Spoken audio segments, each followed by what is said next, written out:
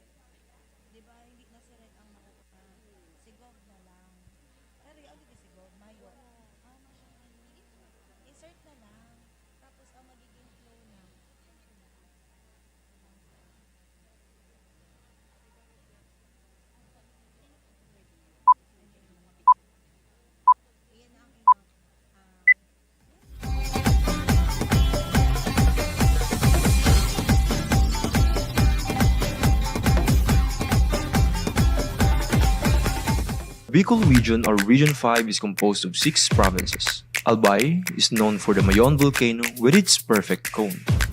Camarines Norte is the home of the sweetest pineapple. Camarines Sur is the wakeboarding capital of the Philippines. Catanduanes is the abaca capital of the Philippines. Masbate is the wild west of the south, the rodeo capital of the Philippines. Sorsogon is known as the Butanding capital of the Philippines. There are 6.1 million Bicolanos in the 1.8 million hectares of Bicolandia, with about 700,000 farmers and fishers cultivating 0.9 million hectares. Top 5 rice producer in the country with 40% or over 344,000 hectares of its agriculture area is devoted to rice. We also have corn, abaca, coconut, pili, cacao, pineapple, and taro. We are famous. Pili is an export commodity of Bicol which comprises 84% of the Philippines' production on pili, and we are able to bring it to the United States and Asian countries.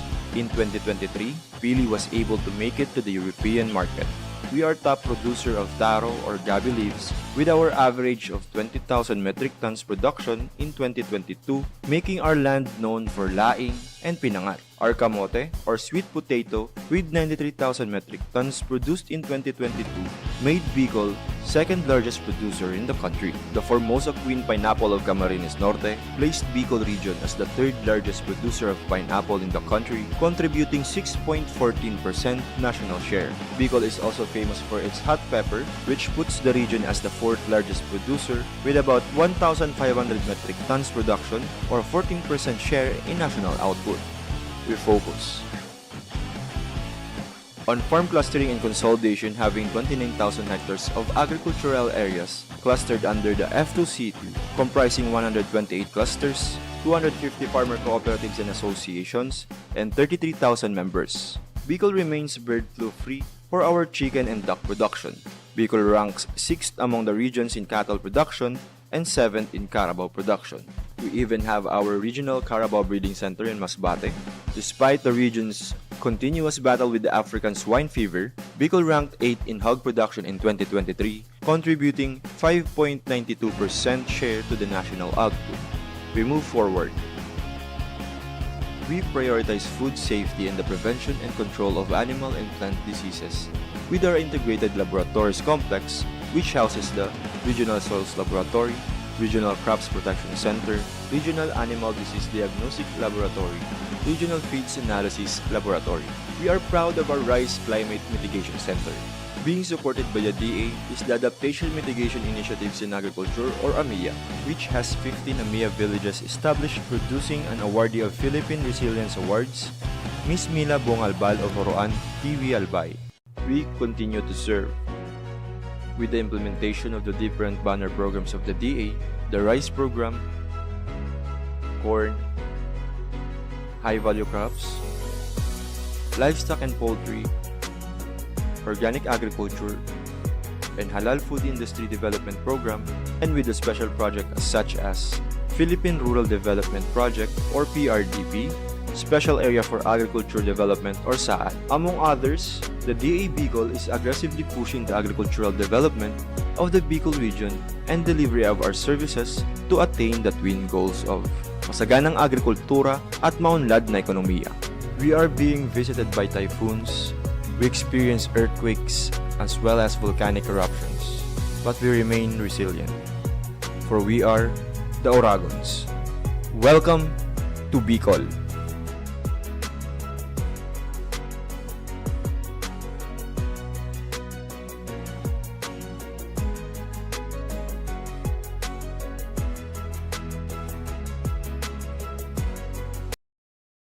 United States and Asian countries. In 2023, Pili was able to make it to the European market. We are top producer of taro or gabi leaves with our average of 20,000 metric tons production in 2022, making our land known for laing and pinangat. Our kamote or sweet potato with 93,000 metric tons produced in 2022 made Bicol second largest producer in the country. The Formosa Queen pineapple of Camarines Norte placed Bicol region as the third largest producer of pineapple in the country, contributing 6.14% national share. Bicol is also famous for its hot pepper, which puts the region as the fourth largest producer with about 1,500 metric tons production or 14% share in national output. We focus on farm clustering and consolidation, having 29,000 hectares of agricultural areas clustered under the F2C2, comprising 128 clusters, 250 farmer cooperatives and associations, and 33,000 members. Bicol remains bird flu free for our chicken and duck production. Bicol ranks 6th among the regions in cattle production and 7th in carabao production. We even have our regional carabao breeding center in Masbate. Despite the region's continuous battle with the African swine fever, Bicol ranked 8th in hog production in 2023, contributing 5.92% share to the national output. We move forward. We prioritize food safety and the prevention and control of animal and plant diseases with our integrated laboratories complex, which houses the Regional Soils Laboratory, Regional Crops Protection Center, Regional Animal Disease Diagnostic Laboratory, Regional Feeds Analysis Laboratory. We are proud of our Rice Climate Mitigation Center. Being supported by the DA is the Adaptation Mitigation Initiatives in Agriculture or AMIA, which has 15 AMIA villages established producing an awardee of Philippine Resilience Awards, Miss Mila Bongalbal of Oroan, TV Albay. We continue to serve. With the implementation of the different banner programs of the DA, the Rice Program, Corn, High Value Crops, Livestock and Poultry, Organic Agriculture, and Halal Food Industry Development Program, and with a special project such as Philippine Rural Development Project or PRDP, Special Area for Agriculture Development or SAAD. Among others, the DA Bicol is aggressively pushing the agricultural development of the Bicol region and delivery of our services to attain the twin goals of masaganang agrikultura at maunlad na ekonomiya. We are being visited by typhoons. We experience earthquakes as well as volcanic eruptions. But we remain resilient, for we are the Oragons.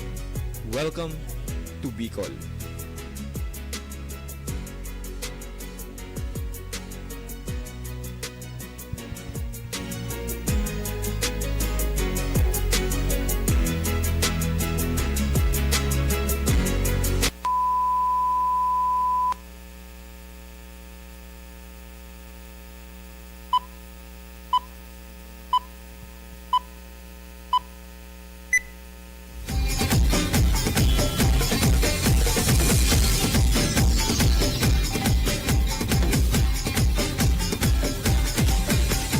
Bicol Region or Region 5 is composed of 6 provinces. Albay is known for the Mayon volcano with its perfect cone.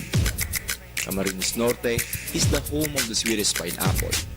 Camarines Sur is the wakeboarding capital of the Philippines.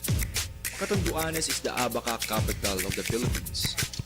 Masbate is the wild west of the south, the rodeo capital of the Philippines. Sorsogon is known as the Butanding capital of the Philippines. There are 6.1 million Bicolanos in the 1.8 million hectares of Bicolandia, with about 700,000 farmers and fishers cultivating 0.9 million hectares. Top 5 rice producer in the country with 40% or over 344,000 hectares of its agriculture area is devoted to rice. We also have corn, abaca, coconut, pili, cacao, pineapple, and taro. We are famous. Pili is an export commodity of Bicol which comprises 84% of the Philippines' production of pili, and we are able to bring it to the United States and Asian countries. In 2023, pili was able to make it to the European market. We are top producer of taro or gabi leaves with our average of 20,000 metric tons production in 2022, making our land known for laing and pinangat. Our kamote or sweet potato with 93,000 metric tons produced in 2022 made Bicol second largest producer in the country. The Formosa Queen pineapple of Camarines Norte placed Bicol region as the third largest producer of pineapple in the country, contributing 6.14% national share. Bicol is also famous for its hot pepper, which puts the region as the fourth largest producer with about 1,500 metric tons production or 14% share in national output. We focus on farm clustering and consolidation, having 29,000 hectares of agricultural areas clustered under the F2C2, comprising 128 clusters, 250 farmer cooperatives and associations, and 33,000 members. Bicol remains bird flu free for our chicken and duck production. Bicol ranks 6th among the regions in cattle production and 7th in carabao production. We even have our regional carabao breeding center in Masbate. Despite the region's continuous battle with the African swine fever, Bicol ranked 8th in hog production in 2023, contributing 5.92% share to the national output. Sound check, sound.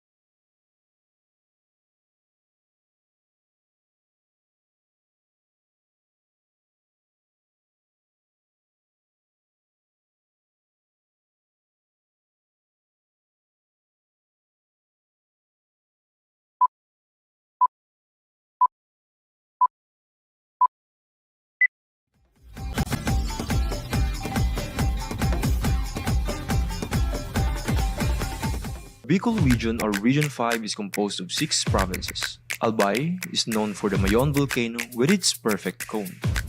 Camarines Norte is the home of the sweetest pineapple. Camarines Sur is the wakeboarding capital of the Philippines.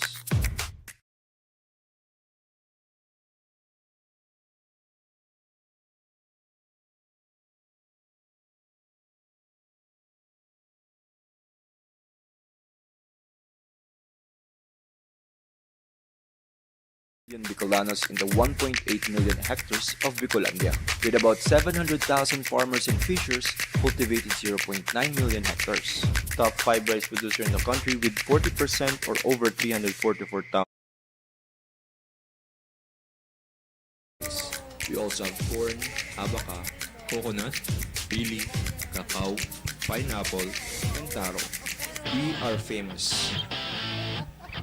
Pili is an export commodity of Bicol which comprises 84% of the Philippines' production on pili, and we are able to bring it to the United States and Asian countries.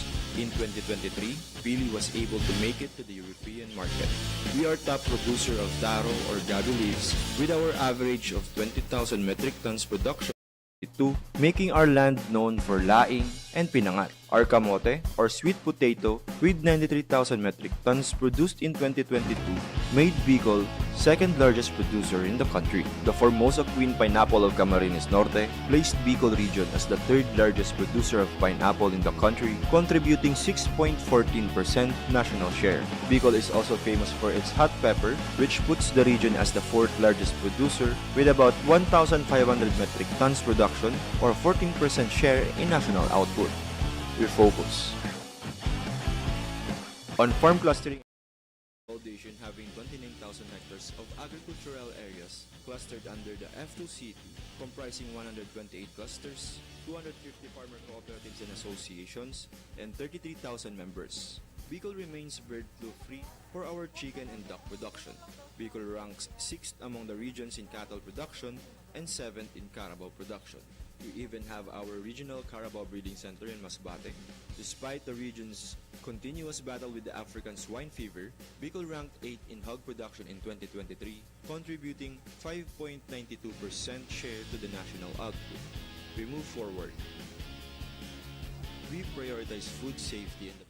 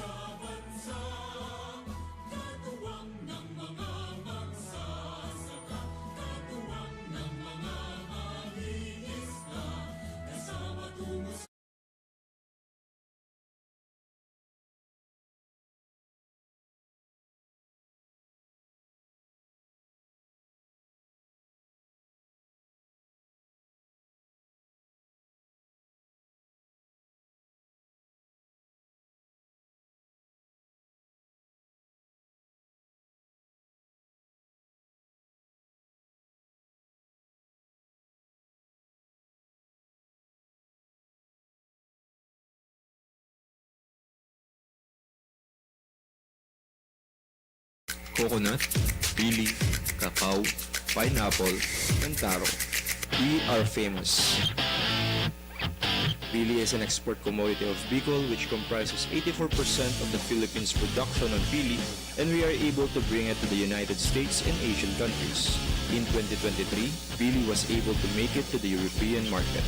We are top producer of taro or gabi leaves with our average of 20,000 metric tons production in 2022, making our land known for laing and pinangat. Our kamote or sweet potato with 93,000 metric tons produced in 2022 made Bicol second largest producer in the country. The Formosa Queen pineapple of Camarines Norte placed Bicol region as the third largest producer of pineapple in the country, contributing 6.14% national share. Bicol is also famous for its hot pepper, which puts the region as the fourth largest producer with about 1,500 metric tons production or 14% share in national output. We focus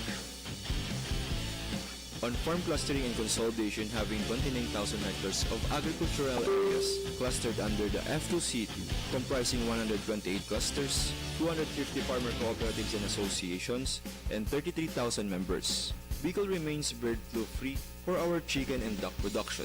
Bicol ranks 6th among the regions in cattle production and 7th in carabao production. We even have our regional carabao breeding center in Masbate. Despite the region's continuous battle with the African swine fever, Bicol ranked 8th in hog production in 2023, contributing 5.92% share to the national output. We move forward. We prioritize food safety and the prevention and control of animal and plant diseases with our integrated laboratories complex, which houses the Regional Soils Laboratory, Regional Crops Protection Center, Regional Animal Disease Diagnostic Laboratory, Regional Feeds Analysis Laboratory. We are proud of our Rice Climate Mitigation Center. Being supported by the DA is the Adaptation Mitigation Initiatives in Agriculture or AMIA, which has 15 AMIA villages established, producing an awardee of Philippine Resilience Awards, Miss Mila Bongalbal of Oroan, TV Albay. We continue to serve. With the implementation of the different banner programs of the DA, the Rice Program, corn, high-value crops, livestock and poultry, organic agriculture, and halal food industry development program, and with a special project such as Philippine Rural Development Project or PRDP, Special Area for Agriculture Development or SAAD. Among others, the DA Bicol is aggressively pushing the agricultural development of the Bicol region and delivery of our services to attain the twin goals of masaganang agrikultura at maunlad na ekonomiya. We are being visited by typhoons as well as volcanic eruptions, but we remain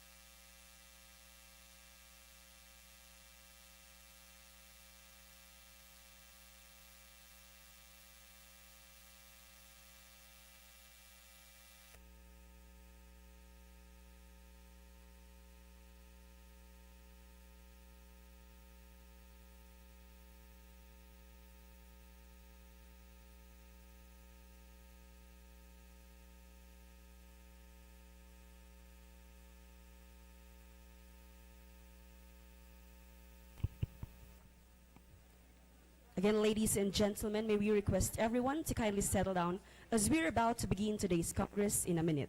Thank you.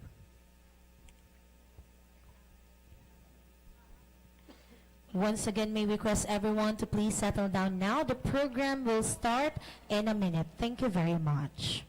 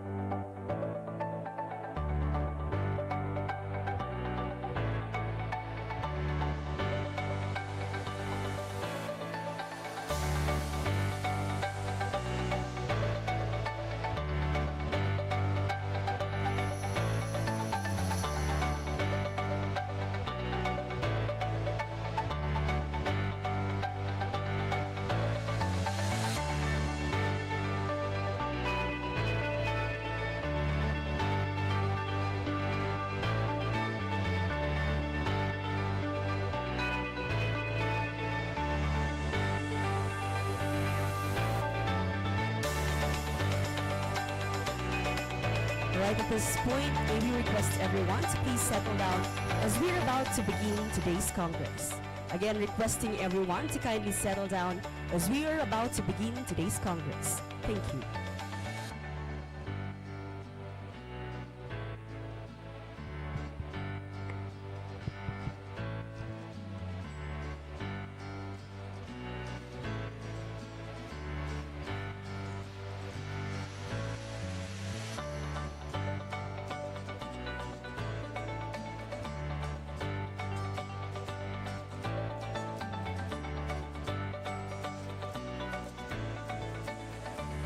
And may we request everyone to kindly settle down as we are about to begin today's Congress.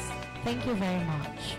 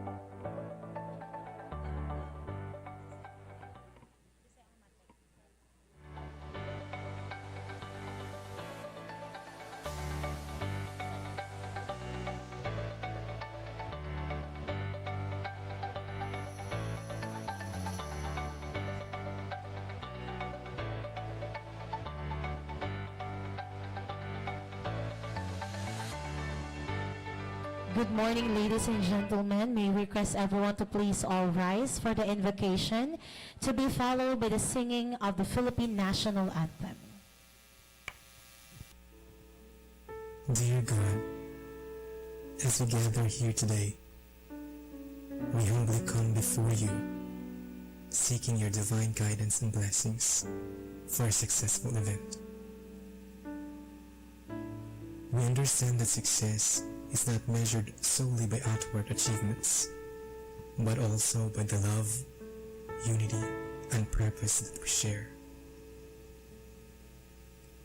Grant us the wisdom to navigate challenges, the strength to persevere, and the insight to recognize the significance of every moment.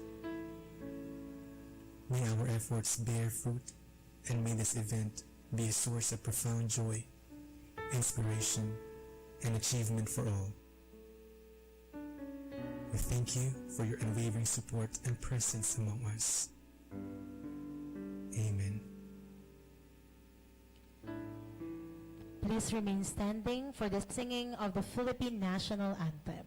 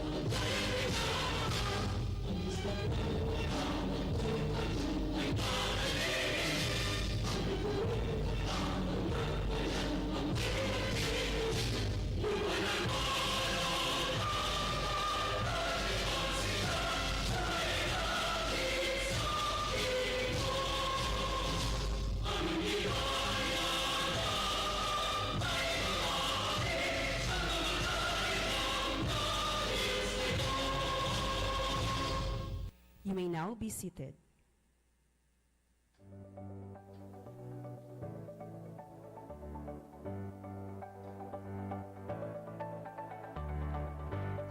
All right, So, Diyos Maray na Aga, Bicolandia. Good morning, City of Naga. Today marks a momentous occasion as we gather for a Congress that celebrates innovation, empowerment, and of course, the promising future of one of Bicol's pride and sweetest treasure, the cacao industry. A collaborative undertaking of the Department of Agriculture Bicol, Department of Trade and Industry Bicol, the Central Bicol State University of Agriculture, and the DA Agricultural Training Institute, together with the regional cacao industry. Today's gathering is a testament of our shared vision of advancing cacao innovation and agribusiness anchored on resilience and progress. I am Emmy Malonzo from the Department of Agriculture Bicol. And I am Adela Lacar from the Department of Trade and Industry, Camarines Sur Region 5. And welcome to the Bicol Cacao Congress and Festival. A big round of applause, please. With the theme Bicol Cacao, Our Journey and Beyond, advancing cacao innovation and agribusiness for an empowered and resilient industry, this Congress unites farmers, entrepreneurs, policymakers, and advocates of the cacao to cultivate a future where Bicol Cacao shines brighter than ever. Now to formally welcome us all, may we hear from the overall chair of the first Cacao Congress and fourth Cacao Festival, Dr. Ramona Isabel S. Ramirez. A round of applause, please.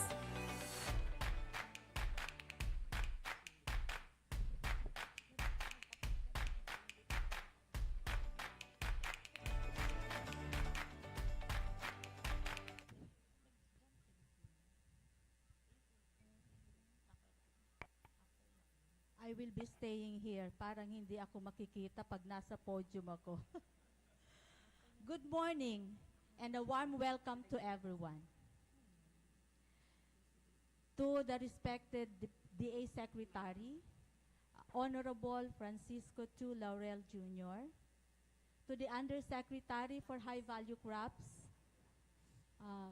Cheryl Marie Natividad Caballero, Regional Executive Director Rodel Tornilla, and the entire DA5 team, valued guest of honor, Governor El Rey Villapuerte, who will be coming a little later with our DA Secretary, Miss Claudia Esmeralda Honrado, and of course the other VIPs, and from the local government units, from NGOs and the private sector, Regional Director Dindo Nabol of DTI, duly represented by the Assistant Regional Director, Joseph Ranyola.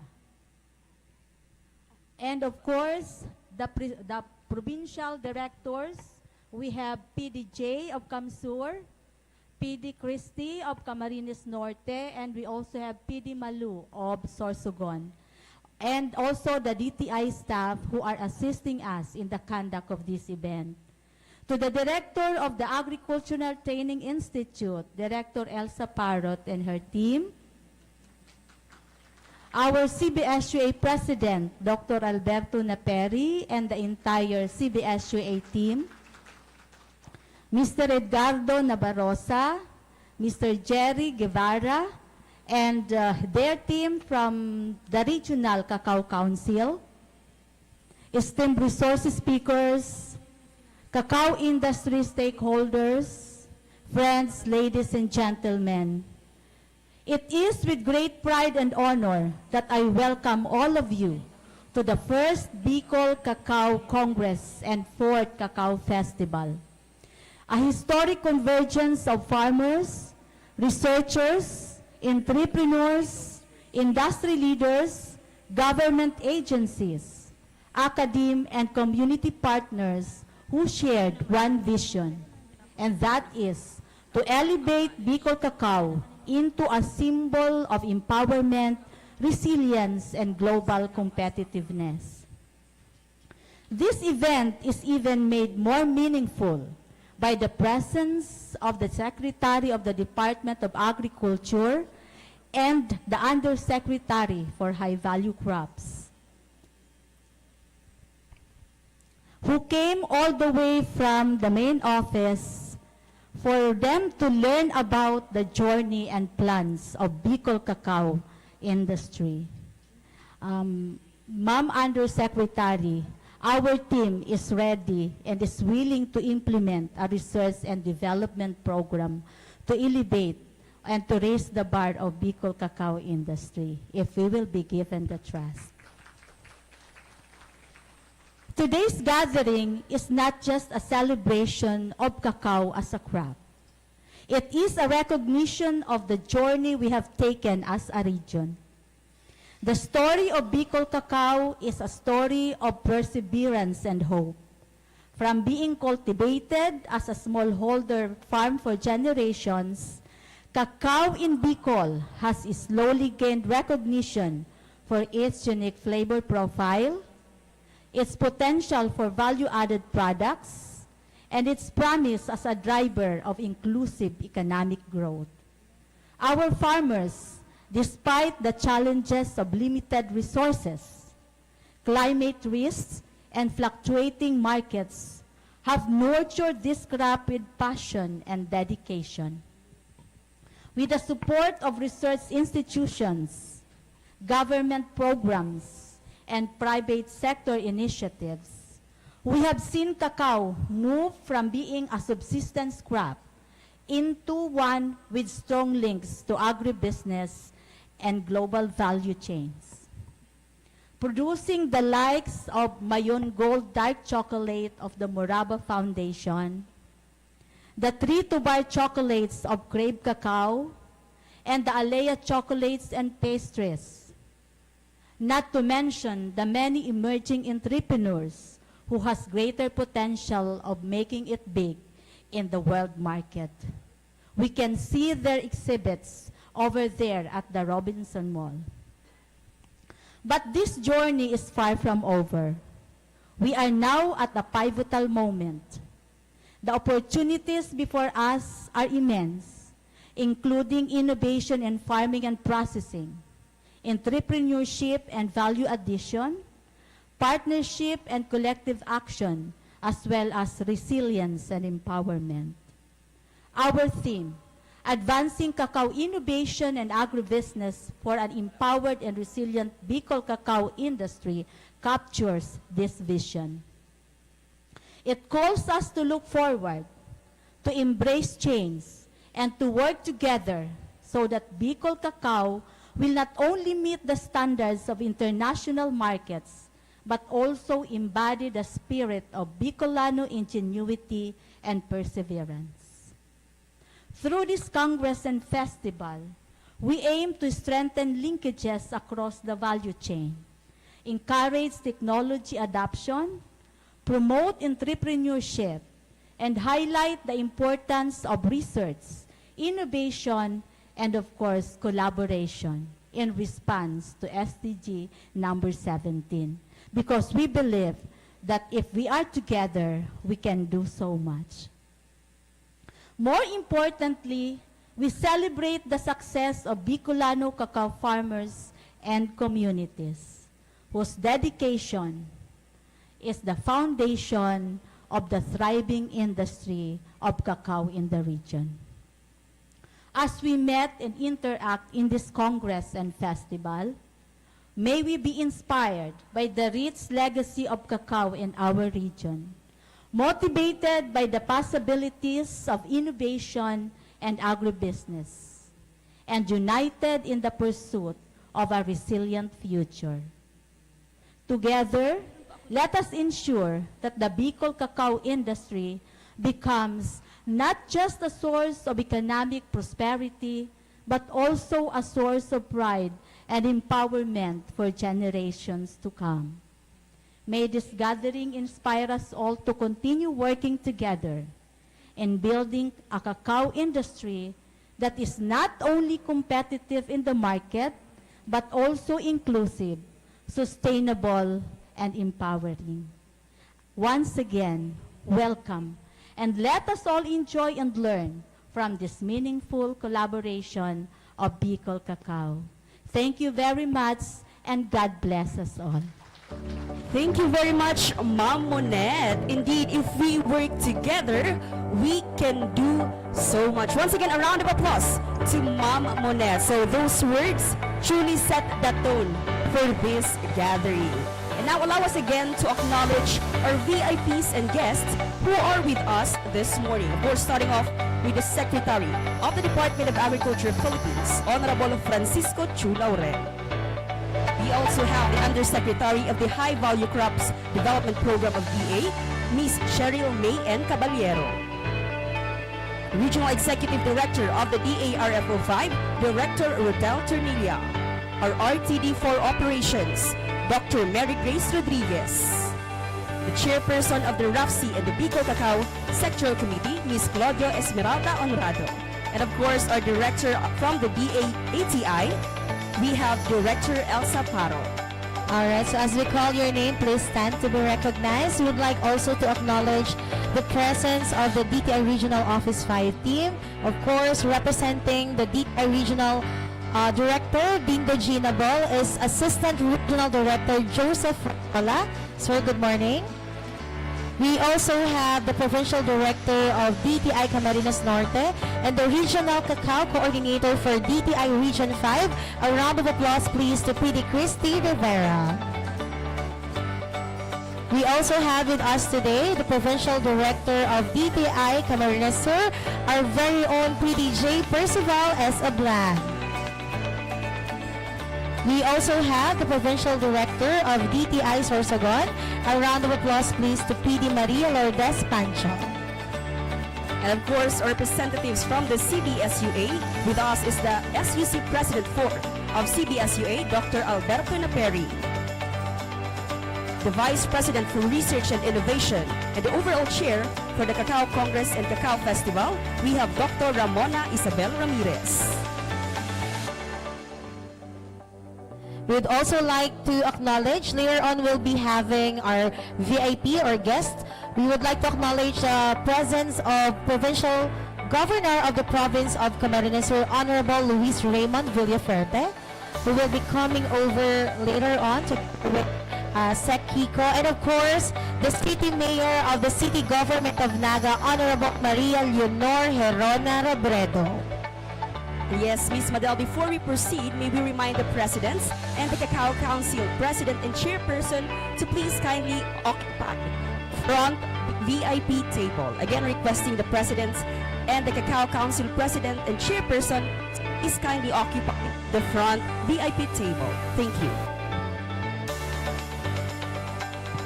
Right, ladies and gentlemen, to further strengthen our vision, we will hear messages of support from our esteemed panelists and leaders who continue to champion the growth of cacao and empower our local farmers.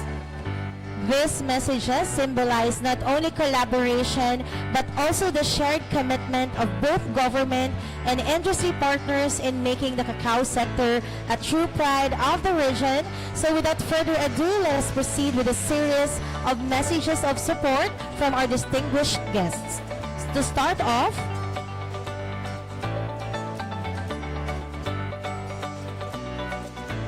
so we'll be having a series of messages of support as we open this Congress today. To give us his first message of support, may we call on the SUC President 4 of the Central Bicol State University of Agriculture. A round of applause to Dr. Alberto N. Naperi.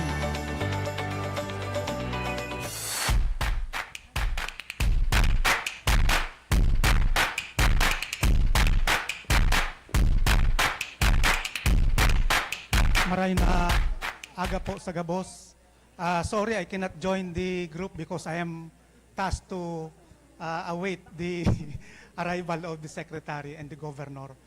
Anyway, sa lahat po ng kawanin ng gobyerno na kasamahan ko, sa mga cacao growers po na nandito, mga profesional, kung mayroon man pong mga estudyante, magandang umaga po sa inyong lahat.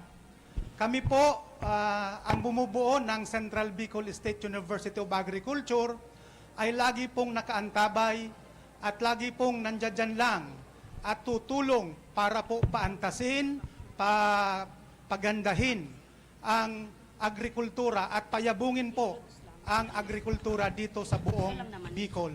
Sa loob po ng universidad, nakahanda po kami na kung hanggang sa kaya namin na magbigay po ng mga teknolohiya at mga kaalaman para po mabigyang daan kung ano man po ang pangangailangan ng ating mga magsasaka. Lalong-lalo na po rito sa Cacao Growers Associations po ng Bicol Region. Sa inyo pong lahat, nagpapasalamat po kami kasi ay naging party po kami ng programang ito. Lugod po naming pinapasalamatan po ang mga partner na ahensya ng gobyerno, yung Department of Agriculture, yung DTI, at mga asosasyon po sa Farmers Associations po dito sa Bicol. Maraming salamat po. Ang aking pong mga kasamahan ay dandyan lang po sa likod. Kung ano man po ang kaya naming maibigay sa inyo, isang text lang po kami. Online naman po yung Central Bicol State University of Agriculture. Kung ano man pong mga teknolohiya ang nandiyan dyan sa loob at mga kaalaman ay sa namin pong ibibigay sa inyo. Muli po, maraming salamat at lugod po, nasa suporta nyo po ang Central Bicol State University of Agriculture. Mabuhay at maraming naaga po sa gabos.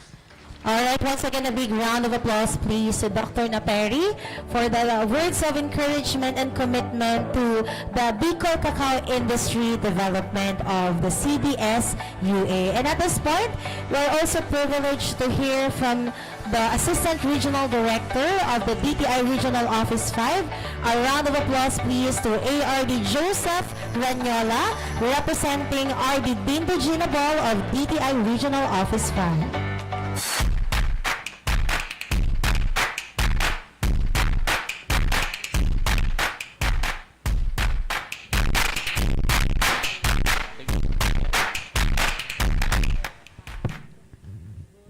Marhay Naga po sa Satuya Gabos. Maayong aga sa tanan. As much I came from Masbate, the only Visayan-speaking province of Bicol region. So again, maayong aga sa tanan. With your indulgence, allow me not mention anymore the VIPs in as much as they've already been acknowledged. And I would just like to know that, to let you know that on behalf of our regional director, Dindo Ginabol, it is really with great pride that I will be giving you, extending our heartfelt message of support to the very first Bicol Cacao Congress and the 4th Bicol Cacao Festival. This celebration, the conduct of this activity ay nagpapatunay lang po ng lumalaking kahalagahan ng kakao sa agrikultura at sa pagnenegosyo na dito sa ating rehiyong Bicol. And for that, nagpapakita rin po ito ng ating shared vision para sa mas matatag, mas malakas at globally competitive na cacao industry. And for the Department of Trade and Industry, we recognize cacao as one of the priority commodities even under the Philippine Development Plan. Kung kaya kami ni RD Dindo, the whole DTI family, hindi kami makahindi whenever nandyan patungkol sa usaping cacao, nandyan si Tito Edgar at si Sir Jerry of the Bicol Cacao Industry Council. Hindi namin sila maintindihan because we know the very importance ng cacao industry and alam namin as to how promising this particular industry. Actually, sinasabi namin yan palagi that we believe also that through the strengthened partnership among our cacao farmers, processors, entrepreneurs, as well as local government units and industry stakeholders, we can position Bicol as a key player in the country's cacao value chain. And we believe it will contribute not just to the local development, but also to export competitiveness. Innovation and value-adding and agribusiness businesses are essential drivers of this journey, and by embracing new technologies, as stated a while ago by the SUC representative, by embracing new technologies, improving standards, ensuring quality, and extending our markets, maiangat po natin ang kabuhayan ng ating mga cacao farmers. May empower din natin ang ating mga micro, small, medium enterprises at makakalikha tayo ng isang sustainable cacao ecosystem dito sa rehiyong Bicol. And we at DTI are fully committed na suportahan ang adhikang ito through capacity building, business development services, shared service facilities, at market linkages, local man o pang-international. Sama-sama po nating palalakasin ang Bicol cacao industry at hindi lang para sa ngayon, kundi para rin sa susunod pa nating mga henerasyon. The DTI will always be your partner in this journey, and we are committed to fostering collaboration, as stated a while ago by the previous speaker, promoting dapat yung innovation and connecting you with the resources and markets you need to succeed.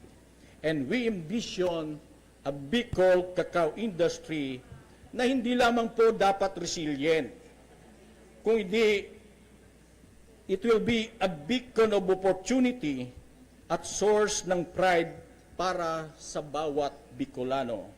So I call now tayo na the heart and soul of the Bicol cacao industry.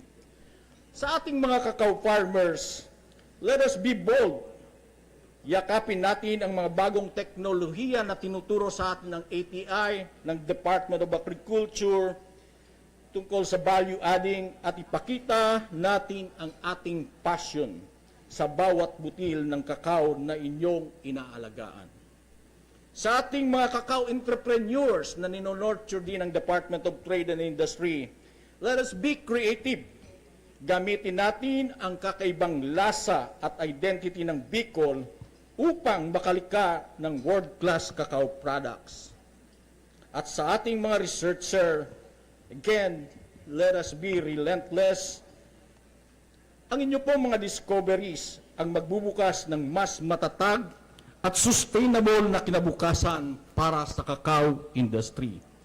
And also, we have here, kanina we made mention kay Sina Congressman Horibata, who is also very passionate about this industry. Let us enthuse them to be proud. Tangkilikin natin ang lumikha na sila ng mga policies na tunay na magpapalago at magpapalakas sa ating mga cacao farmers at businesses. At sa ating mga Bicolano, tayong mga Bicolano, let us be proud. Tangkilikin natin ang sariling atin, ang kakao ng Bicol. Suportahan natin ang ating mga magsasaka upang magkaroon ng masigla at maunlad na industriya. And as we move forward, naway magsilbing inspirasyon ang kongresong ito at ang festival na ito upang higit pang mapaigting natin ang collaboration, innovation at resilience ng ating cacao industry. And this journey is not only about cacao as a product, but also about empowering our people and ensuring the prosperity of our communities. So, on behalf, again, of our regional director and the whole DTI family, would like to extend our congratulations to the organizers of this activity, the Department of Agriculture, the ATI, Academe, magkakasa po kayo sa aming buong suporta habang sama-sama tayo naglalakbay tungo sa isang empowered at globally recognized Bicol cacao industry. Maraming salamat at mabuhay po ang industriya ng Bicol cacao. Thank you very much, ARD Joseph Ranyola, for that empowering message, of course, para sa ating cacao sector. And now, following that inspiring message, may we call on the Director of the DA-ATI 5, Director Elsa Paro.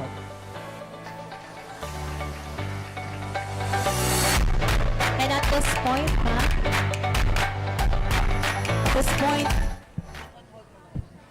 this point, we will be putting on hold our messages of support as we are about to welcome the DA Secretary. May we invite all our VIPs and guests to welcome the Secretary of the Department of Agriculture.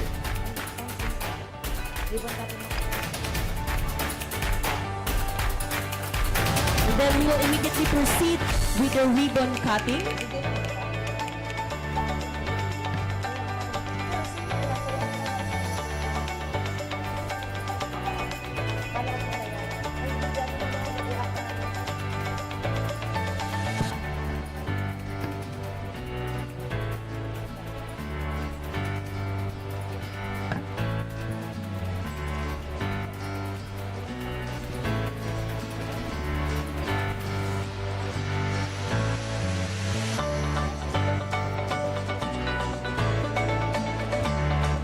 Now, together, let us acknowledge the arrival of the Secretary of the Department of Agriculture, Philippines.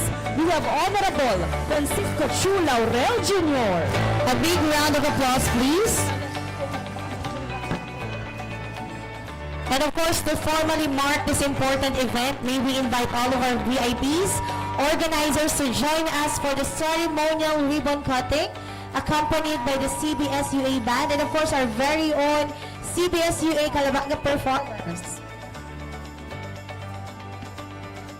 Right, so we already had the ribbon cutting ceremony. A round of applause once again to the Secretary of the Department of Agriculture, Honorable Francisco Chu Laurel Jr. We also acknowledge the presence of our Regional Executive Director of the DARFO 5, Sir Rodel Tornilla. We'd also like to acknowledge the Provincial Governor of the Province of Camarines Sur, Honorable Luis Raymond Villafuerte. A round of applause, please.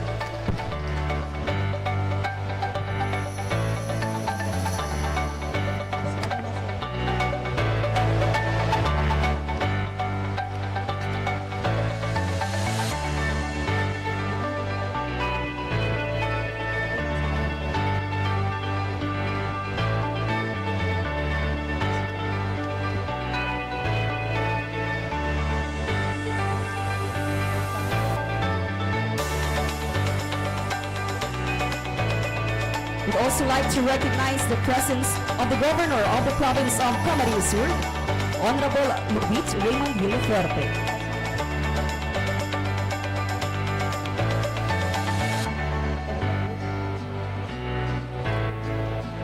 And of course, at this point, ladies and gentlemen, may we request everyone to please settle down now as we will be resuming the program flow.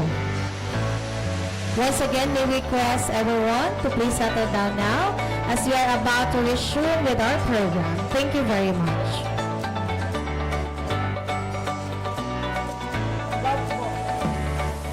At this point, ladies and gentlemen, we are privileged to hear a message of support from one of the pillars of the development here in Camarines Sur. Ladies and gentlemen, let us all welcome the Governor of the Province of Camarines Sur, Honorable Luis Raymond Villafuerte.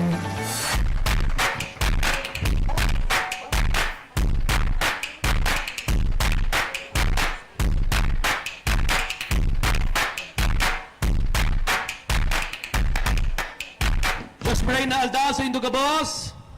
Good morning. Inot sa Gabos, gusto kong pasalamatan ang satuyang Secretary of Agriculture, Secretary Francisco Chu Laurel, palapan po natin siya. Yusek Ching, of the DA, Regional RD Rodel, gabos na miyembros kan DA. Palapakan po natin ang mga taga-DA. Ang gabos na yaong digdi sa iba't ibang sektor, mga parauma, kan Cacao, mga akadim, ang of course ang nagsaro sa nag-organize, ang CB-SUA, palapakan po natin. Today reminds us of a simple but powerful truth. When government, private sector, farmers group, and our local government units work together, we can transform challenges into opportunities and dreams into reality. The cacao industry is a perfect example of how collaboration can uplift lives, strengthen communities, and put Bicol and Kamsur in particular on the map of world-class cacao production.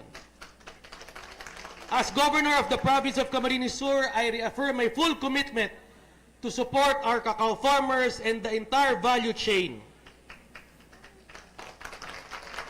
In fact, baka day nindo aram po, nakapatanim na po kami sa bayan ng Del Gallego ng over 20 hectares, 15 hectares sa Libmanan, and we continue to, we will continue to plant. Napakalaki po ng opportunity for cacao, napakalaki ng market.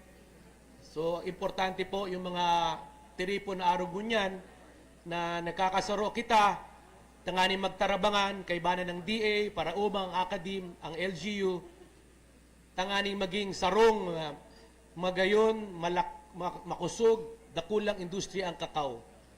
Marami pong daga-digdi na coconut na pwedeng intercrop ang kakao. Saka napakalaki po ang market ng kakao. In fact, last year lang, one of the biggest chocolate producers in the world from Japan, ang sabi nga sa amin, Secretary, yung one of the biggest chocolate factories in Japan came here. Ang sabi niya, plant 1 million trees and we will put up a processing. Kausap namin ni Congressman Horibata. So, gusto ko lang po sabihin sa inyo na the opportunities there. Kailangan lang magtulungan, and with the help of the DA, our President, and the Secretary, it can become really a very lucrative industry na pwedeng pagkakitaan ng mga parauma. Dahil ang parauma talaga dapat tabangan, kung mayong parauma, mayo kitang pagkain.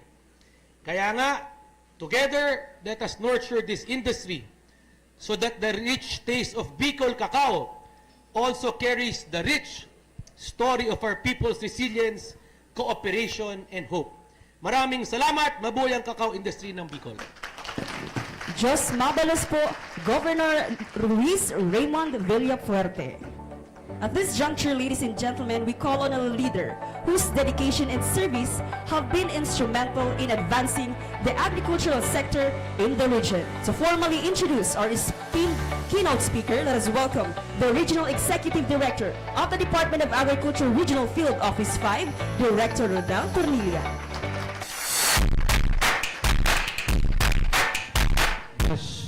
Diyos makailal daw po sa Satuya Gabos. Ang ating Agriculture Secretary, Francisco Chu Laurel Jr., ay maagang nagsimula sa larangan ng agrikultura.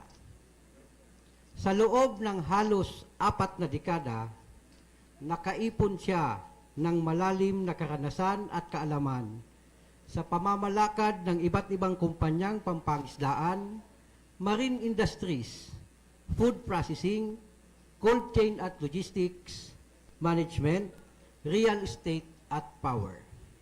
Dahil dito, nauunawaan niya ang suliranin at tugon sa mga isyong pang-agrikultura at higit sa lahat, magkahanay ang kanilang pananaw ni Pangulong Marcos kung paano mapapaangat ang sektor ng sakahan at maging ang kabuhayan ng mga Pilipinong magsasaka at mangingisda.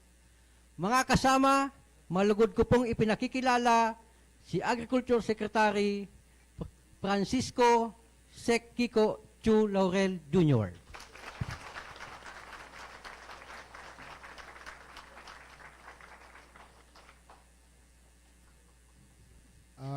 Please take your seats. Well, marhay na aga, Magandang umaga sa atin lahat. It's nice to be here at makita kayo dito sa inyong Cacao Congress, no? Malinaw sa akin na marami sa inyo talagang interesado at may passion for cacao dahil punong-puno ho itong kwartong to. At it's an honor to join you at the first Bicol, no? The first, no? Bicol Cacao Congress and the fourth Cacao Festival. A true celebration of flavor, farming, and Filipino ingenuity. This gathering showcases not just our love for chocolate and chocolate batirol, of course, but also the grit, creativity, and the vision of Bicol's cacao champions, no? Ang ating farmers, processors, entrepreneurs, and advocates, no? The theme, Advancing Cacao Innovation and Agribusiness for the Empowered and Resilient Bicol Cacao Industry, is more than a mouthful. It is mouth-watering. It is a mouth-watering mission. It sums up exactly what we need: innovation, collaboration, and a whole lot of cacao passion. Passion eh. Alam niyo ako, ang cacao industry, medyo familiar na rin ako. Talagang kailangan may passion ka dyan eh, di ba? Kasi kailangan alagaan eh. Yung puno, yung fertilization, pag-harvest, hindi yun yung katapusan nun eh. Kailangan maalagaan mo yung pinaka-hinarvest mo at ma-ferment mo ng maayos. No? Kung in a cold room, kailangan talagang parang baby na inalagaan mo para makuha mo yung talagang lasa o flavor na hinahanap ng mga tinatawag ng mga cacao connoisseurs na tinatawag, no? So naiintindihan ko yung nararamdaman nyo, yung passion nyo. At honestly, ako gusto ko rin magtanim ng cacao eh. So, siguro sasamahan ko kayo pagkatapos ko dito maging DA Secretary, no, sa inyong industriya. Hindi lang yun eh, kasi I am an exporter, no? I'm a businessman prior to being a secretary. Ang main market ko sa aking negosyo na pangingisda at mga karne ay EU. No, my family sells to 25 EU countries. So sanay na sanay ako sa export at market na yan. At tuwing ikot ko in the last 20 years, ang hinahanap sa akin ng mga aking mga ehente at customer ay cacao, pang tsokolate, raw material. So I know there is big potential as long as magawa natin yung ating prutas o yung ating harvest to export grade. No? So the cacao is not an ordinary crop. It is a heritage also, a livelihood and a symbol of Filipino farmers' tenacity under the Philippine cacao industry's roadmap. We are working to position the Philippines and Bicol in particular as a major player in the global cacao game. Sandali na, nakalimutan ko mag-introduce ng ano. Sorry. Na-excite ako masyado, nakita ko kay lahat eh. Anyway, pupatuloy ko muna. Medyo na-excite ako masyado. Of course, to our Governor, Honorable Luis Raymond Villafuerte, no? Sorry. Sorry. So, gano'n ako excited sa cacao. Kita nyo, nakalimutan ko yung mga formalities. Pero at least, ano nyo naman, natural, ano? Natural yun. Of course, to Dr. Ramona Isabel Ramirez, no? The overall chair. To Dr. Alberto Naperi, no? The SUC President. To Honorable Dindo Nabol, Regional Director DTI. Honorable Elsa Parot, Director DAATI 5. To Ms. Claudia Esmeralda Honorado, Chairperson of RAFC Bicol Cacao Sectoral Committee. Again, my apologies for not being able to acknowledge you first before masyado talaga ako na-excite. Anyway, to the DA family and to the industry, to our farmers, processors, and stakeholders, no? Again, good morning. Well, itong Bicol has a natural edge. Maganda yung inyong soil, favorable ang climate, like may mga Mount Isarog, yung mga ganyan, mga higher elevated areas, mas malamig, dedicated communities, of course. What we need now is to scale up. Better planting materials, stronger post-harvest systems, climate-smart practices, and greater access to local and global markets, which I already mentioned. May market, given na yun. No? That's where the Department of Agriculture steps in. to support every stage of the value chain from seed to bar. At nakalimutan ko rin banggitin ang aking USEC, si USEC Cheryl Caballero, na siya yung ating tututok sa inyo sa ating cacao industry. And ang aking director din sa BIFAR nga pala. Sorry. Well, what I want, if possible, is for Bicol Cacao to be more than a name. We want it to be a brand of excellence, recognized here and abroad for quality, sustainability, and heart. Yan ho yung pinaka-importante, yung pangalan natin sa merkado. If we can ensure yung ating quality ay maganda at magkaroon tayo ng pangalan, hindi na tayo kailangan pumunta sa kanila. Sila pupunta sa atin. Diba? So, yan ang pakiusap ko sa inyo lahat. Let's help each other na mailagay natin sa mapa ang Bicol Cacao. Our targets are bold: higher yields, better incomes, and a stronger global footprint. But at the core is something deeper, empowering our farmers and inspiring the next generation to see cacao not just as a tradition, but as a thriving, future-ready enterprise. As of the moment, ang update ko sa inyo, meron tayong 10 cacao and coffee nurseries, no, na dinideploy at ginagawa ngayon sa region, sa Bicol region, headed by our RDs and our USEC for high-value crops. Ini-implement na yan. Then, meron tayong ginagawa dito sa Pili na bagong cold storage facility na pwede dyan, may chiller portion yan, may frozen portion na pwede nyo sa chiller area, pwede nyo gamitin for your cacao, no? Meron din repacking area doon at meron din blast freezing area for in case mag-freeze kayo ng whatever products, ano? I visited it this morning along with the governor to check yung update, and I'm happy to announce na by December this year, tapos na. It is a 2,500 pallet position facility. No, hindi ito maliit. Ito, we call it mega. So, makikita niyo yun along the road, no, sa Pili. And then, I'd also like to announce, nag-agree lang kami kanina ni Governor, nagagawa tayo ng 10 hectare na food hub dito sa inyong sa Pili rin area, no? Tama ba yun, Gov? So basically, ang magiging ano niyan na 10 hectare food hub, basically ang tawag namin yan, bagsakan ng bayan para sa magsasaka. So BBM din, syempre. Oo. So yung food hub na yon, hindi lang for the cacao farmers, or it's for all the farmers natin na meron ngayon na babagsakan ngayon mula Camsur, Camnorte, from Albay, from Sorsogon, ng inyong produkto para sa isang 10 hektaryang facility, no? Tapos nga katabi din doon yung vegetable processing plant na tinatayo ng provincial government, tapos may cold storage, tapos may cacao coconut processing plant. So nandun na lahat. So magiging ng major agricultural hub itong Camsur, no? As part of the stepping stone for export into the main market of Manila. So yun lang ho. Let's keep the fire burning and the tablea burning. Diyos mabalos. Maraming salamat. Mabuhay ang Bicol Cacao. Thank you. All right, a round of applause please to our DA Secretary, Secretary Laurel. Thank you very much. Or in Bicol, just mabalos po, Secretary Laurel, for that empowering message. Truly a call for us to work together in shaping a sustainable and thriving cacao industry here in Bicol and beyond. So once again, Secretary Laurel, welcome to Bicolandia. And at this point, we will be having an awarding of plaque of recognition for Secretary Laurel. So may we invite our VIPs to join us with the awarding. Of course, we have our Director, Sir Rodel, together with our Undersecretary for the HBCDP, we have Ms. Cheryl Caballero, our President of the CBSUA, we have Dr. Alberto Naperi. We also have the VP for Research and Innovation from CBSUA, VP Monet.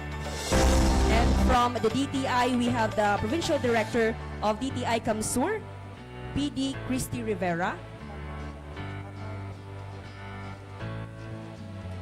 So the citation reads, this plaque of recognition is hereby awarded to Honorable Francisco Chu, Laurel Jr., Secretary of the Department of Agriculture, for his invaluable contribution as keynote speaker during the first Cacao Congress and fourth Cacao Festival held on August 22, 2025 at the Summit Hotel, Naga City, Camarines Sur. Your inspiring insights, visionary leadership, and unwavering commitment to advancing Philippine agriculture have greatly enriched the success of this event. Given this 23rd day of August 2025 at Summit Hotel, Naga City, Camarines Sur, signed by the following: Regional Executive R.D. Tornelia, Training Center Superintendent 2, Elsa Parrot, Edgardo T. Navarrosa, Regional Chairman of Bicol Cacao Industry Council, SUC President 4 of CBSUA, Dr. Alberto Naperi, Regional Director of DTI, Dindo Ginabol, and the overall Chair of the first Cacao Congress and Festival, Dr. Ramona Isabel Ramirez. Once again, a round of applause to the Secretary of the Department of Agriculture, Philippines, Honorable Francisco Chu Laurel Jr.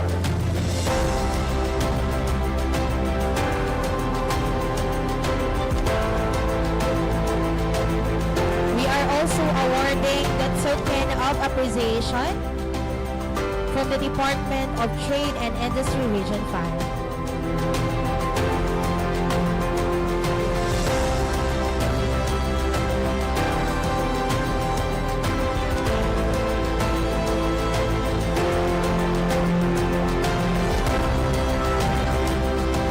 Alright, may we also have photo ops together with the participants. May we request our VIPs to proceed here in front. We'll be having a crowd shot Yes, with our together very own with our D8 participants. secretary.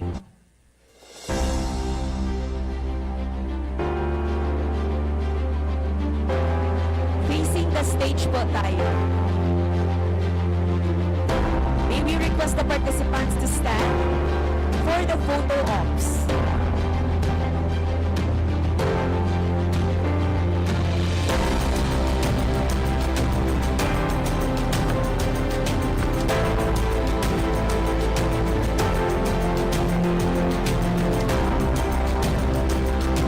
Alright everyone, can we do the C sign for Cacao?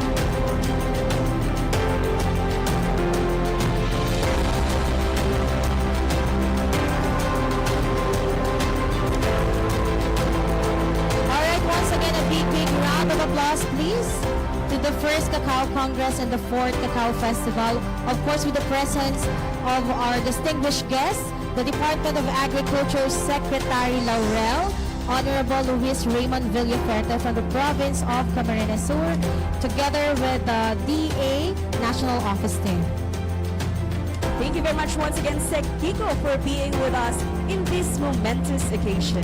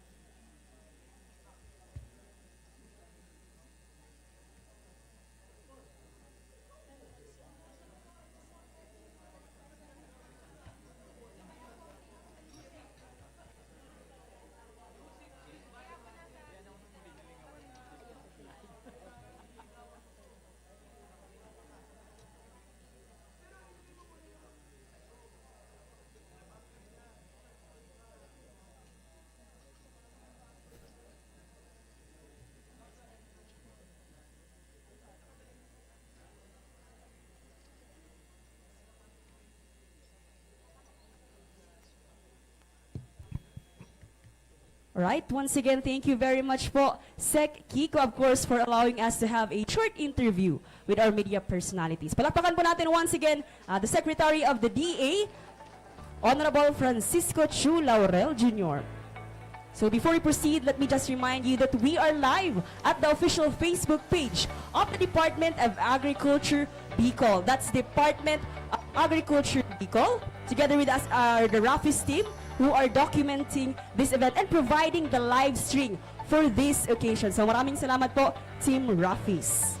Alright, so once again, thank you very much, DA Secretary Kiko Laurel, and of course to all the organizers and team for assisting us in this meaningful event. So may we request our other participants to kindly settle down as we continue with our program.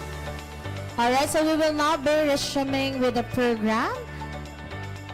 We will be having a series of messages of support. So to start off again, May we call on the director.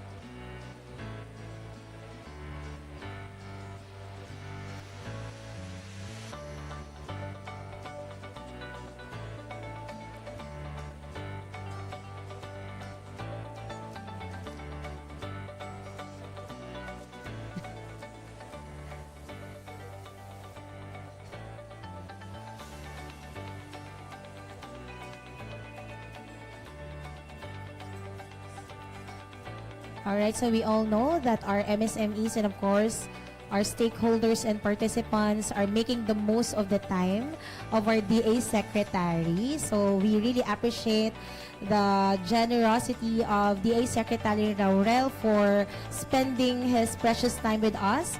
And I know that most of you would like to have a photo of and of course to have a conversation with the DA Secretary. However, our time is very limited. So thank you very much for understanding. Alright, and now we resume with our message of support. Following the message of support is from the director of the DAATI 5. We welcome Director Elsa Parot.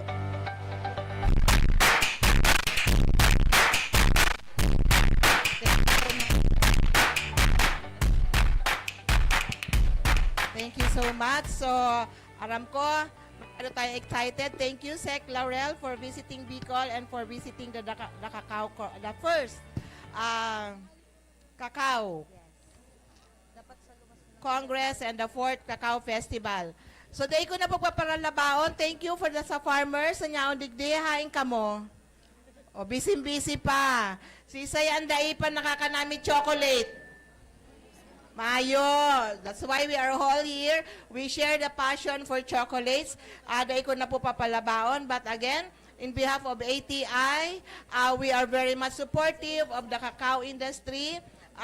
While going around, nahiling ko sa mga sa mga na-training mi sa sa cacao, and also my felicitations sa ating ARD for DTI, our active and very supportive partner si Sir Joseph and si PDJ, si PDJ and the rest of the PDs.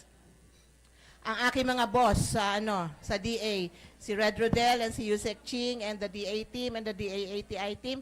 Everybody, saro lang po sasabihin ko, ang sa kuyang recall sa cacao, mayo pa mga fast food kadto.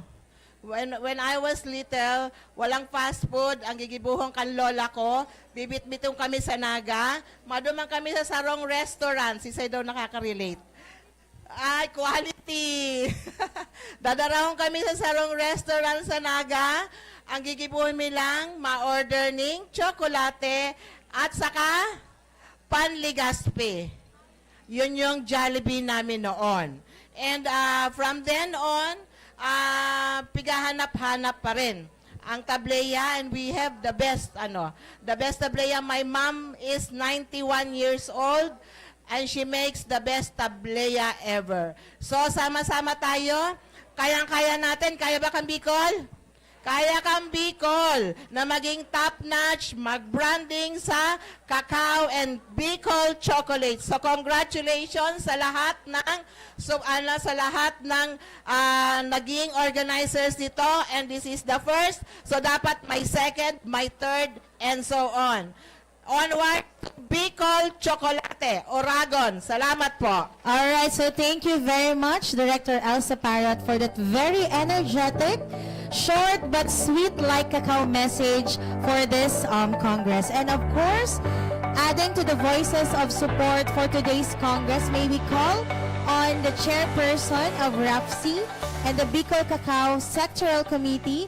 A big round of applause please to Ms. Claudia Esmeralda C. Honorado. A round of applause please.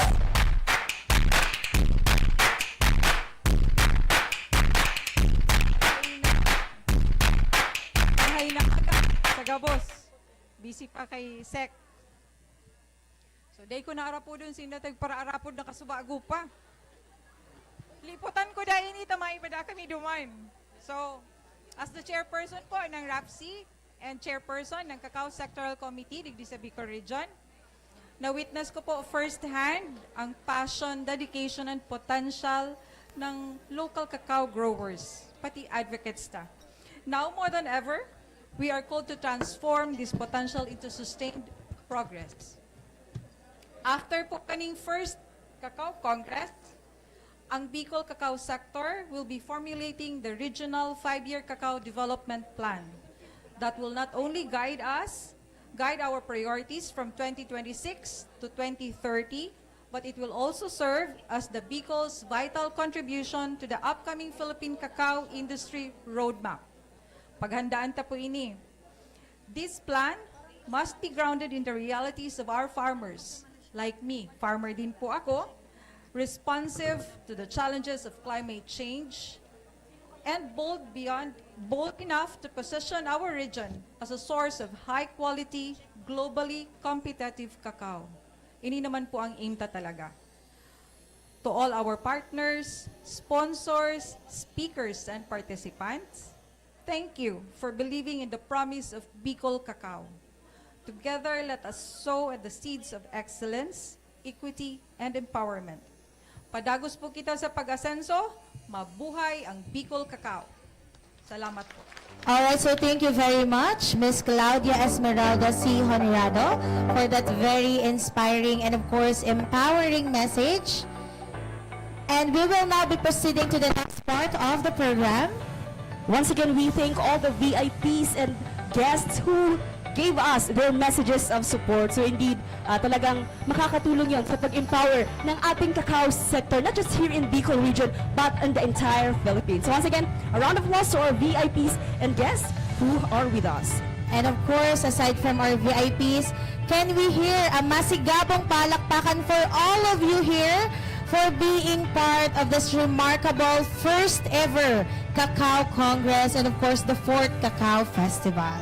And now we shift to another important part of our program, the learning sessions that will equip us with knowledge, innovations, and of course, practical insights for the growth of the cacao value chain. To open our series of discussions, let us begin with our first talk entitled Why Cacao? Opportunities, Constraints in the Value Chain Development in the Bicol Region, which will be delivered by the Planning Consultant of the DAPRDP. A round of applause to Mr. Ted Caro.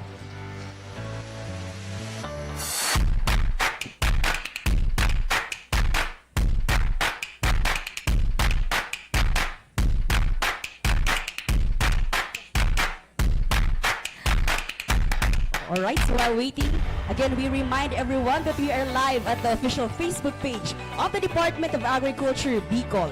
That's Department of Agriculture, Bicol, so you may like, follow, and share for you to get tuned, especially by the programs and services of our agency in the Bicol. Alright, so please follow the official Facebook page of Department of Agriculture, Bicol.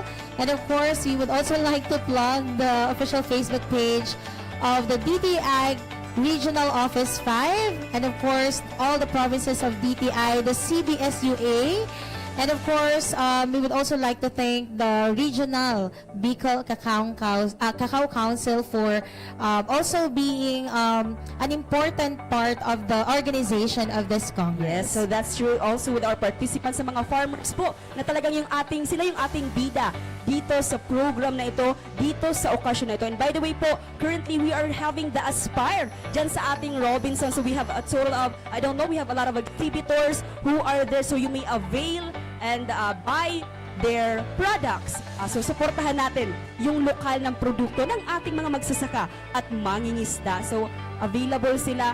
So since 2022 hanggang 24 sila dyan sa Alright. Robinsons. So this is actually a good venue, Esme, no, when it comes to the giving marketing platform for our cacao industry players, not just here in Naga City and Camarines Sur, but the entire Bicol region. So we are inviting you to not just share, but of course, post to your respective social media pages and account that we are still having the Aspire Trade Fair featuring the cacao products of our MSMEs here in Bicol region. Yes, that's true. And speaking of those marketing thing, Miss Madel, we are very much grateful at the DA that the full support of your agency, the DTI, ay talagang nandyan para sa ating lahat na naririto. Yes, that's right, Ems, no? Kasi just like what we are doing now, it's a collaborative effort, of course, of all the partner stakeholders.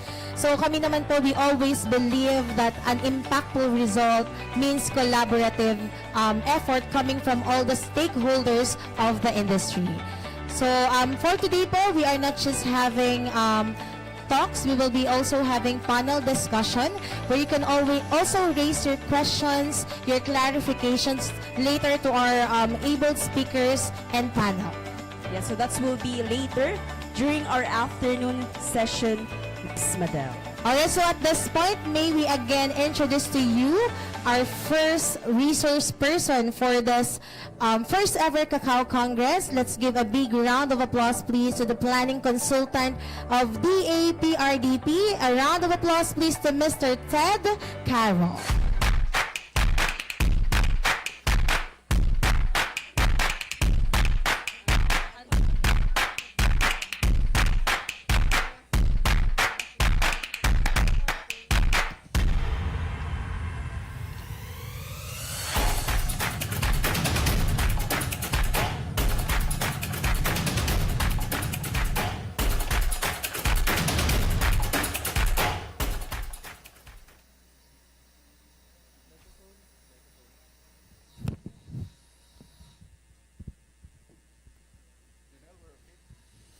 Janelle, we're okay?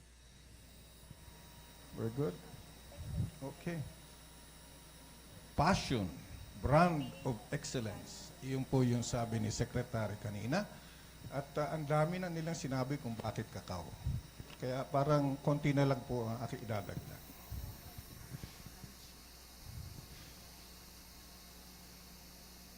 Every journey begins with a single step.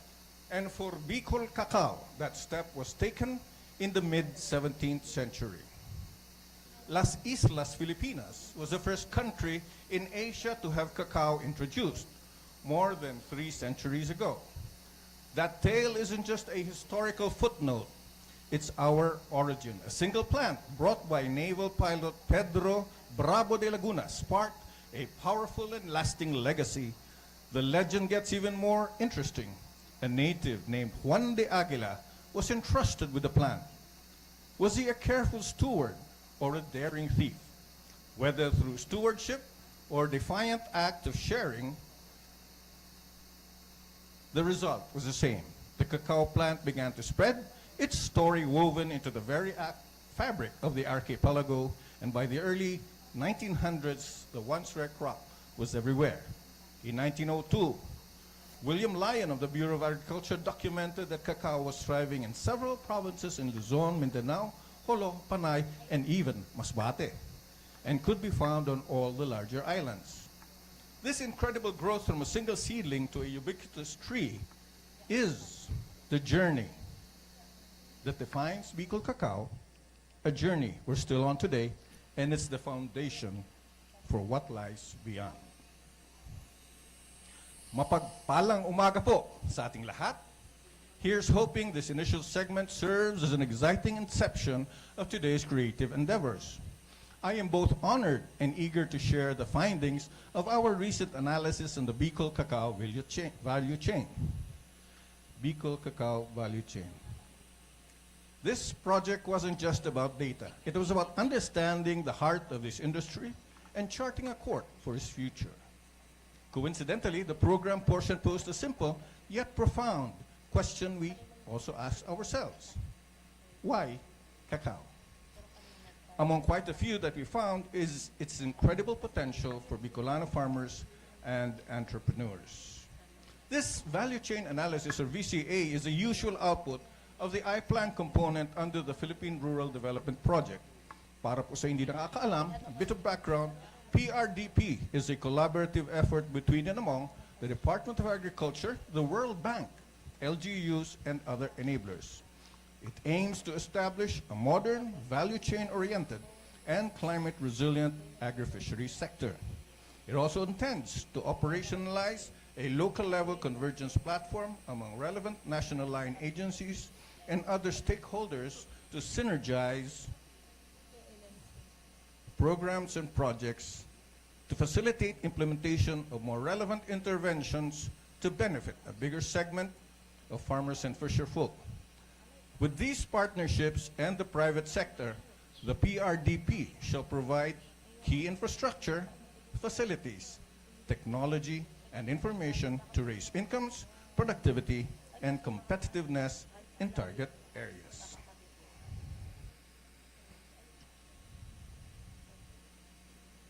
However, to avail of these interventions under PRDP, the prerequisites start with the approval of the value chain analysis of and for a proposed commodity or product. Simply stated, our team was thus tasked to identify the key players, understand the flow of the product, and pinpoint areas for improvement towards achieving competitiveness for cacao in Bicol.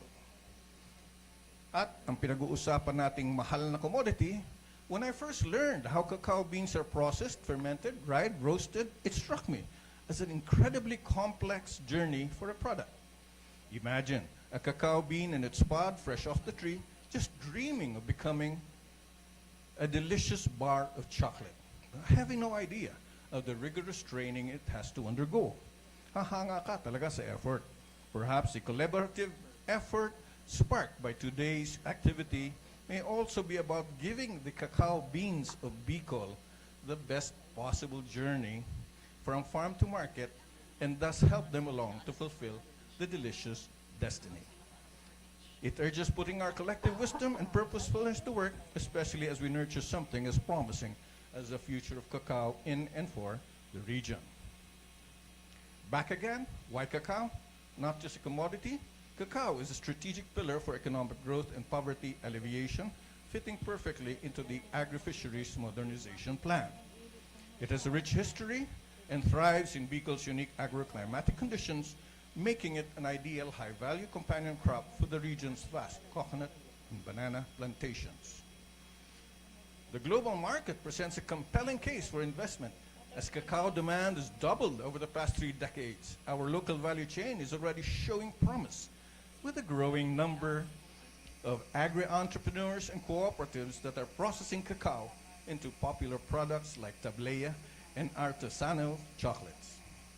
To realize this full potential, however, requires to confront critical challenges, and by understanding these and relevant opportunities, we craft a strategic path forward for Bicol. Kaya kailangan yung Cacao VCA. Bakit cacao? Pampadaglag lang ba ito sa 19 na po yung approved na commodities na VCA under PRDP? Let me then share the assessment that led us to welcome cacao with such enthusiasm. Kanina, tinanong ako ng taga-Masbate, tapos na ba yung VCA na pinagharapan natin? Interesado ba kayong malaman kung anong napapalaman doon sa ma-approve na po na VCA? Interesado kayo? Sige, tanong lang po natin hanggang anong oras po tayo sa venue? Kasi 250 pages po yun, VCA. Starting with the basics, Mag-succeed ba ang tanim sa atin? Sabi ng farmersguide.com.ph, malaki po ang area suitable, mostly in Albay and Sorsogon, apart from the northern and eastern parts of Camarines Sur. Subalit, mula sa pagkatagal-tagal ng panahong ginawa ito, meron na ring pinakitang mga lugar na angkop sa ibang lalawigan. Tuloy lang po ang ating pagsisiyasat. Okay pala siya sa suitability. Paano yung ibang criteria? Alamin po natin yung ginamit na commodity investment or commodity prioritization tool ng mga tiga PRDP I-Plan. Favorable geoclimatic conditions exist, yet they're still vulnerable to adverse weather. Alam po natin yan. The market has a high unsatisfied demand, whereas Philippine production is what? 0.27% of the global supply for a market that's growing rapidly with an expected value of $24 billion by 2029. Cacao's course is relatively easy for entry, with an average score of 3 out of 5. Factors considered are government regulations, investment requirements, market conditions. With multiple application product forms, cacao has a high potential for value addition estimated at greater than 20%. Number of poor involved significantly in the commodity was conservatively estimated at 16 to 20%, thus rating a 4, whereas the potential to raise income is much higher at 7, provided the priority gaps in terms of capabilities and resources are addressed. Cacao remains popular with growers due to its, well, relatively low investment, evidenced by ang dami pong sporadic plantings po natin sa rehiyon.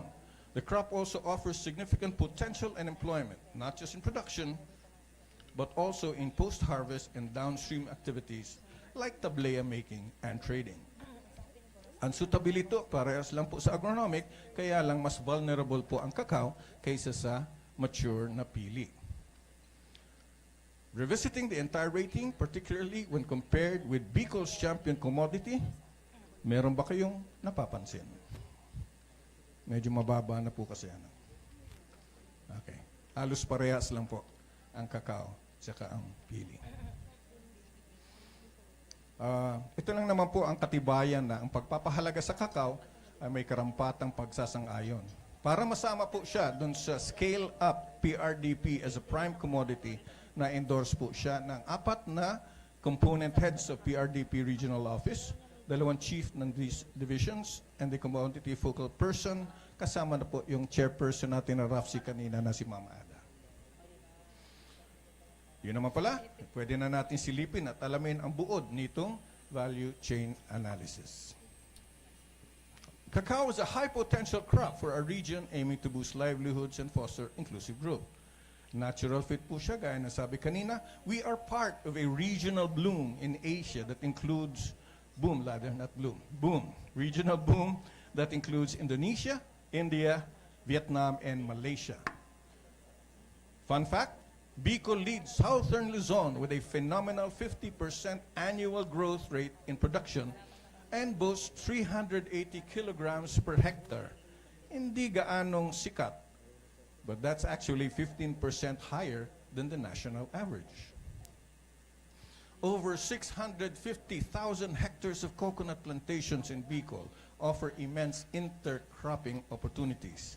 Sabi sa aming key informant interviews, 500,000 na po ang ating cacao trees, juvenile and bearing, across 4,430 hectares, supporting 5,500 small-scale farmers in the region. Within Bicol, sabi ng PSA, nangunguna ang Albay. Nasa yung mga taga-Albay kaninang papicture sa akin. Iyon, andun sila. Albay leads production with 54%, followed by Sorsogon and Camarines Sur, which together contributed 43%. Ano po nasasabi natin dito sa listahan? Panahon na po talaga para una, ayusin na natin ang datos at pangalawa, lalo pang dagdagan at husayan ang pataniman at nakatanim. Hindi ho ba? Thank you, Doc Monte. Punta naman tayo sa value chain map. Sinasabi o pinapakita ang mga segments, input provision, production, processing, marketing all the way to final sale ang mga ginagawa gaya ng farm operations, fermentation, drying operators, and producers grow trees and pods. FCAs play a crucial role sa post-harvest. Ano po yun? Yung fermentation at ang pagpapatuyo. MSMEs, or individuals, transform beans into delicious tablea and exciting artisanal chocolates. We're certainly proud of brands like Eiffel, Crave Cacao, Alea, Claudius, and Chocolate de Camalig, among others. Gumawa rin po kami ng mga VC map para sa mga probinsya. Kagaya po nito, sa mga taga-Masmate, pakitaas lang ang kamay. Ayun, okay. Their sector comprises 280 farmers cultivating 184 hectares with a balanced 30,000 bearing and 24,000 juvenile cacao trees. Okay? Stakeholders include Sagip Farmers Fisherfolk Co-op and multiple FCAs such as San Jacinto and Santa Rosa Cacao Growers Association. Processing involves community groups, HH makers, and intrepid entrepreneurs like Nerissa Escorel. Distribution channels are regionally focused, targeting markets sa Masbate City, Cavite, Tagaytay, among others. We also attempted to trace the movement of cacao from production areas to markets and outlets together with estimated volumes and possible synergies among the provinces in this geographic flow map. Meanwhile, the commodity map would situate the segment players along the value chain, including current production, consolidators, traders, processors, nurseries, and other facilities. Far from perfect and precise, hindi po namin sinasabing perfecto lahat po yan. Subalit, ito pong mga tong impormasyon, ang laki pong naitulong sa aming consultations to aid the spatial analysis and evaluation of the study. Pagdating naman sa comparative cost and return analysis, aming nalaman na ang integrated production post-harvest operation resulted in the highest return on investment of about 70%. This would suggest that not only the smart collaboration pay off, it would greatly help in ensuring the desired quality of DFC beans is maintained. Is that correct, Mr. Bob? That's right. No? Okay, thank you. Which, of course, Murava Foundation has been doing for so long. Global demand for cacao has been soaring, yet supply is falling apart or falling short. Prices up by an incredible 215% in 2024. This is our chance to act. Importing more cacao than it exports, the Philippines can turn the trade deficit into a massive opportunity. Bicol is strategically positioned to be a key player. Its prime location and climate make it perfect supplier, not only helping to reduce the trade deficit, but also fueling regional growth by supplying neighbor markets. Trade deficit is exploding. In 2022, it hit 77,000 metric tons, 42% higher than 2020.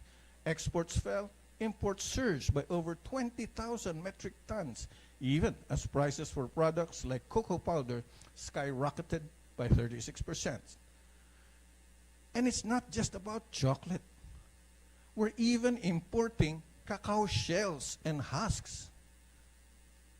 The trend highlights a crucial opportunity. We must develop our domestic supply, and by linking local sources to Philippine businesses, we can close this gap, reduce our dependence on foreign markets, and turn this massive trade deficit into possibly a surplus.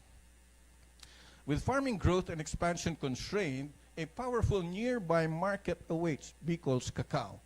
Calabarzon, with the per capita household spending, is 52% higher than Bicol.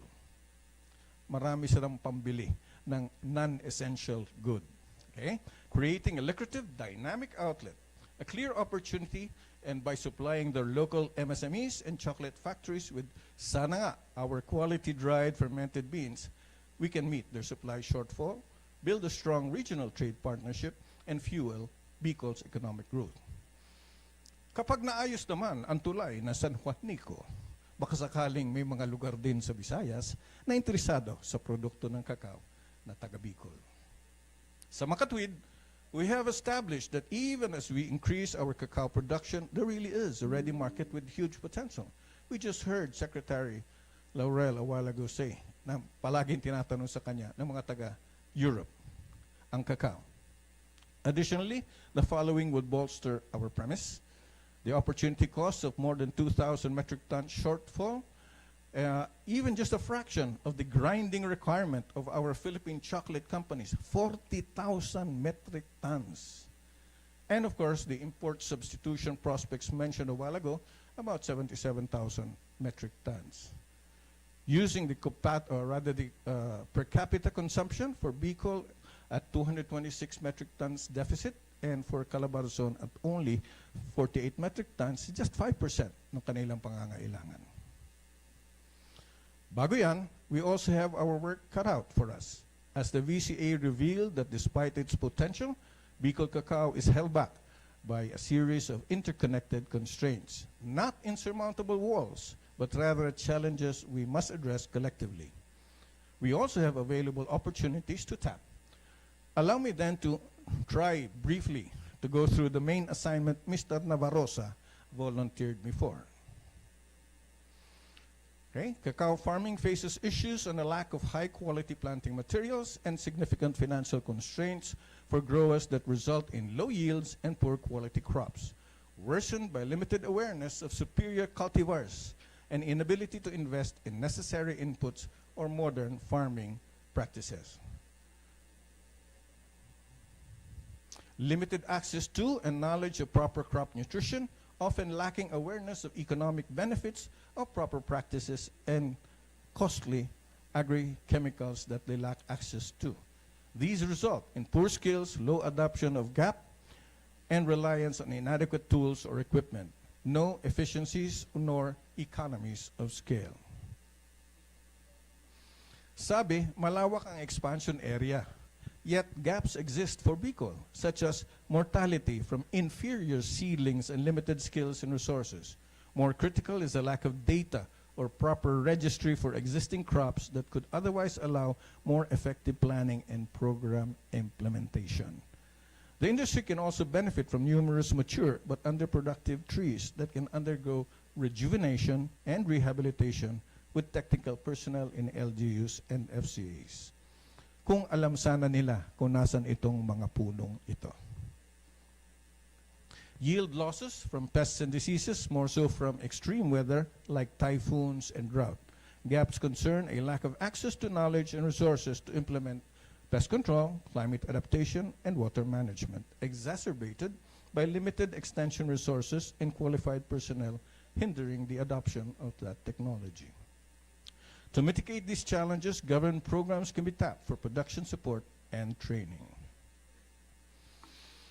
Saan ko naman po maibebenta ang aking kakao na maganda ang presyo? Challenges in disposition of raw pods to processed goods due to limited options, insufficient knowledge. Can I have a glass of water, please? Thank you. Economical harvest quantities, leading to inferior product value and the inability to secure fair market practices. Thank you.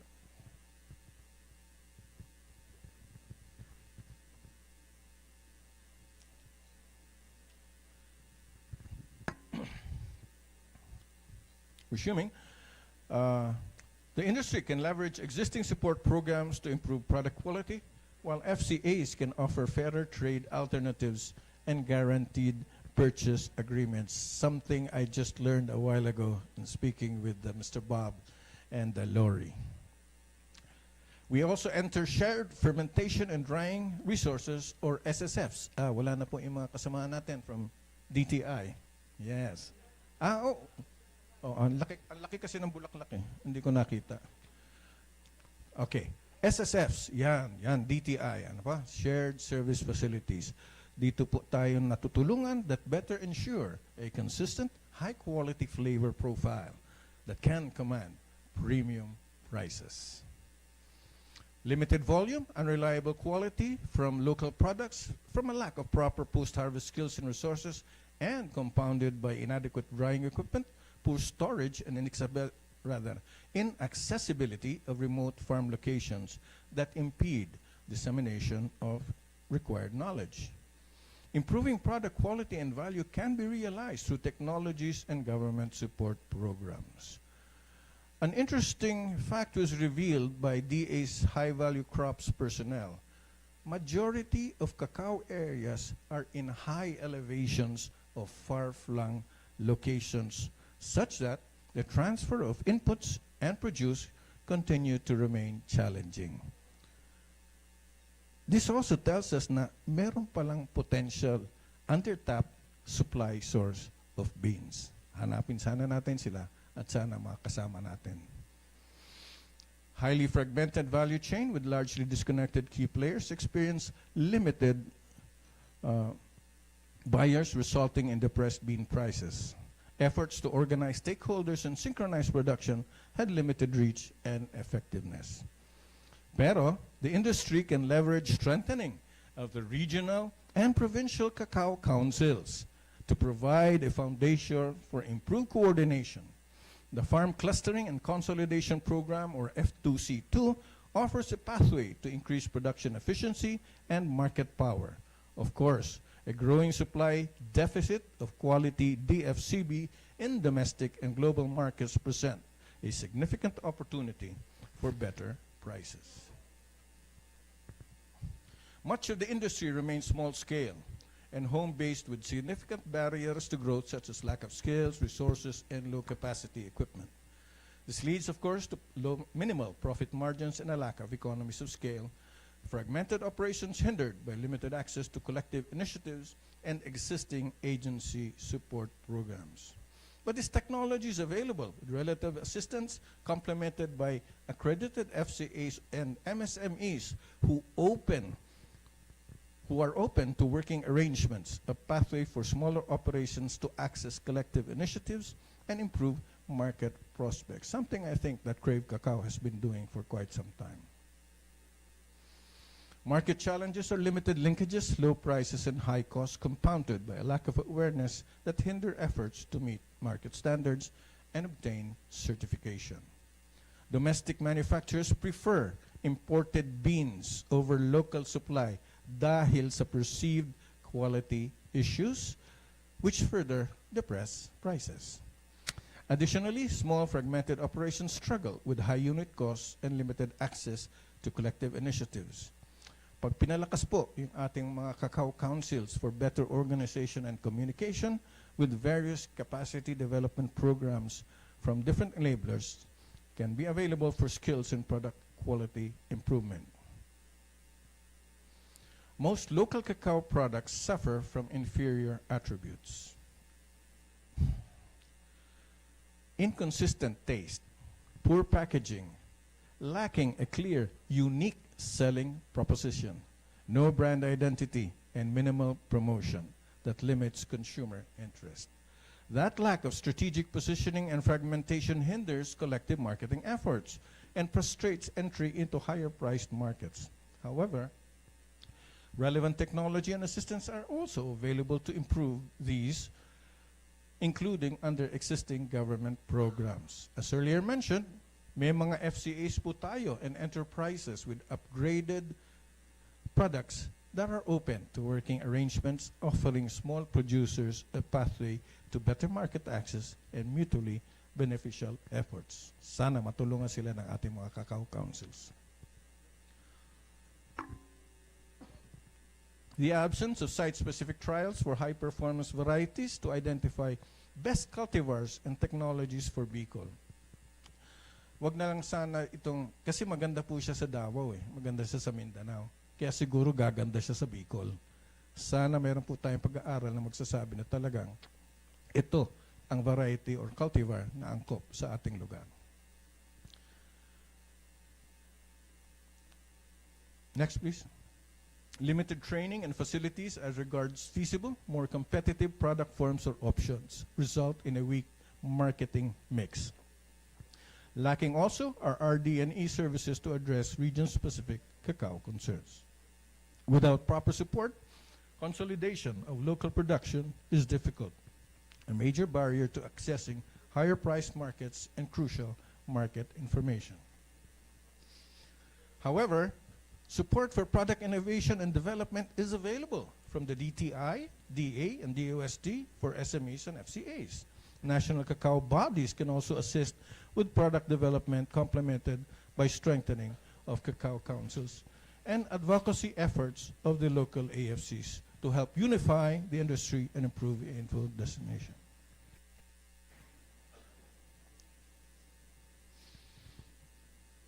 Pinapatuyo mo yung lalamuna ko, Mr.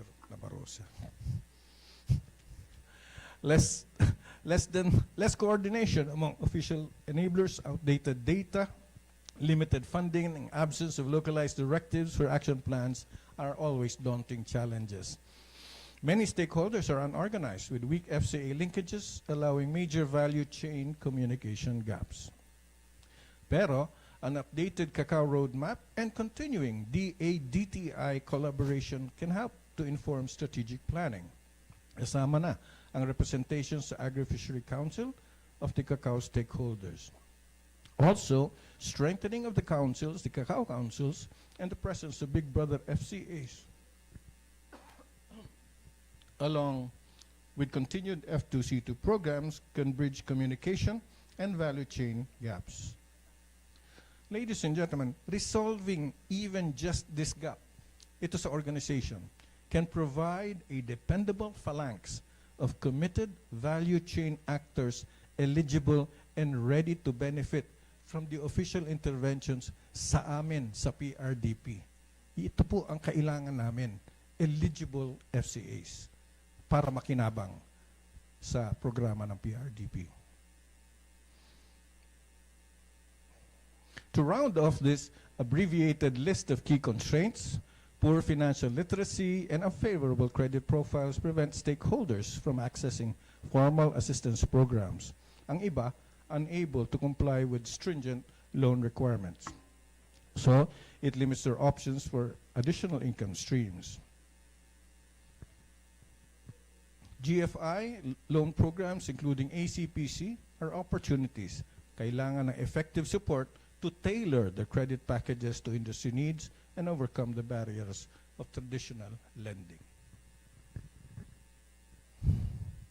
And thus, do we dare hope that the previous presentation was not just sufficient in form, Your Honors, but also sufficient in substance, and thereby compliant with the topic assigned. I guess what's left to say is to thank you, Mr. Nabarosa. Kaya lang, you've laid out the problems, now what?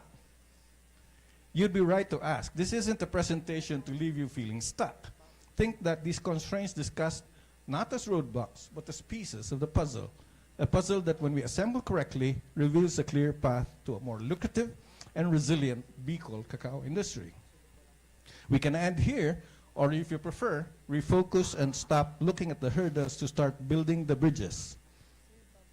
Any of you who believe it's time to turn these findings into a plan, pakitaas po ang kamay. Gusto ba ninyong gawin nating plano to? Pakitaas po ang kamay. Meron. Sige. Yan na po. Recommendations for competitiveness. The first step is to supercharge production. We're targeting a minimum, ulitin ko po, minimum 50 hectares of new cacao areas every year. Inuunahan na po tayo ng T2A1C, AIC ng Sorsogon. The goal is to boost productivity of over 1.5 kilograms per tree. We have to expand our local nurseries to produce at least 40,000 high-quality seedlings bawat taon. Accelerate genetic improvements and integrate modern technology like irrigation. We'll also support the rejuvenation of older cacao stands. This is the foundation that will power our growth. Next, we empower our people, offer training programs for everyone, including climate resilience para mag-protect ang ating farms. Anong gagawin mo pag parating na yung bagyo? Ang iba, hindi alam. Mas mabuti pang kalbuhin mo ang puno mo. Dahil pagdaan ng malakas na bagyo, mas mabilis pa siya magre-recover kaysa sa magtatanim ka muli. So ito po, mga ganitong kaalaman. We relentlessly focus on consistent quality, starting with better post-harvest practices, and open the door to premium markets, allowing us to pursue key certifications like GAP and international accreditations. Kasama na siyempre ang pag-level up ng R&D. Finally, let's build a powerful collaborative ecosystem. Strengthen our cacao councils to foster stronger leadership and partnership. Facilitate direct market linkages. Empower farmers, entrepreneurs to capture more value. By aligning our efforts with the national roadmap, we will build a sustainable and thriving Bicol cacao industry for generations to come. The overarching goal is to achieve inclusive growth, economic, environmentally friendly development while establishing Bicol's cacao products, sabi nga ni Secretary, as a reputable and exceptionally competitive brand. Constraints are signposts pointing toward areas we need to improve by exploring possibilities today to build a resilient, empowered industry. Ang pinakamabilis po na path to increasing production is not just planting new trees, but revitalizing the old with countless mature trees. Ang naibigay po ng mga ahensya mula 2018, 4 million cacao seedlings. Okay? So, by engaging the LGUs and the FCAs to implement rejuvenation and rehabilitation, we can reduce the lead time for production and swiftly increase our regional output, allowing us to capitalize on the current market boom much sooner. Also, we create a strong, recognizable Bicol brand that resonates with consumers, not just in the Philippines, but beyond. While our traditional tablea has a sentimental, beloved place in our culture, to expand our market, we must evolve. Traditional tablea is often gritty. But in Yuvienco's Inquirer lifestyle portrayal of cocoa creations like Marinduque's Panuluyan farm stay, they have processes such as 6 hours of stone grinding in a mélangeur. Did I say that right? Mélangeur. Producing a smoother, more refined curation that appeals to a wider consumer base. Perhaps this signals our path toward a premium Bicol brand. Effective strategies must also imbibe and address the social norms of communities it seeks to involve, confirming a deep understanding that the industry's success depends on people, not just profits. Finally, we also note that consumers in discerning markets increasingly look for products that align with values such as fair trade and environmentally friendly options. As a fitting denouement to this program segment, I will request Mr. Jerome, the Cacao focal person of the DTI Provincial Office, to read from the slide. Okay.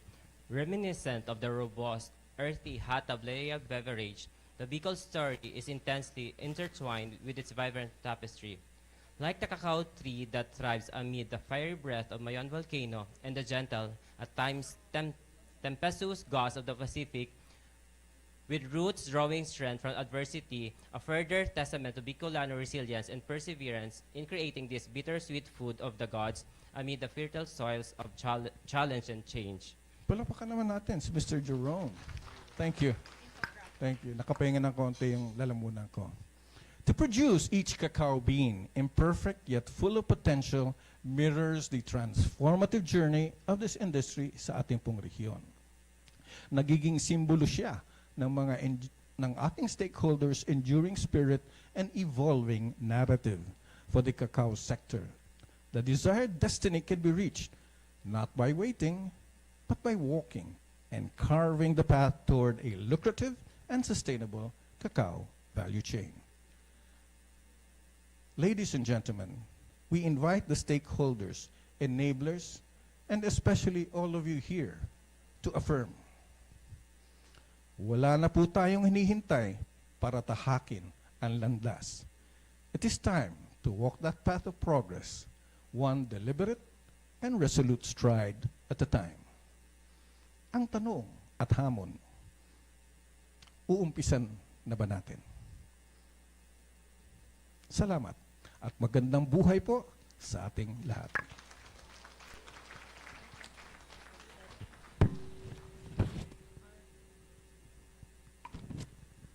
Thank you very much, Sir Ted Caro of the DA-PRDP. So for more sustainable and competitive Bicol Cacao. Once again, a round of applause to the planning consultant of DA-PRDP, Sir Ted Caro. Alright, so that's just the first of the many discussion and learning session that we will be having today. But aside from the learning session, we have exciting portion of the program that I know everyone would be excited about. But before that, allow us to acknowledge first the presidents of the Provincial Cacao Council in the entire Bicol region. So to start off, may we acknowledge the presence of Miss Helen Moico,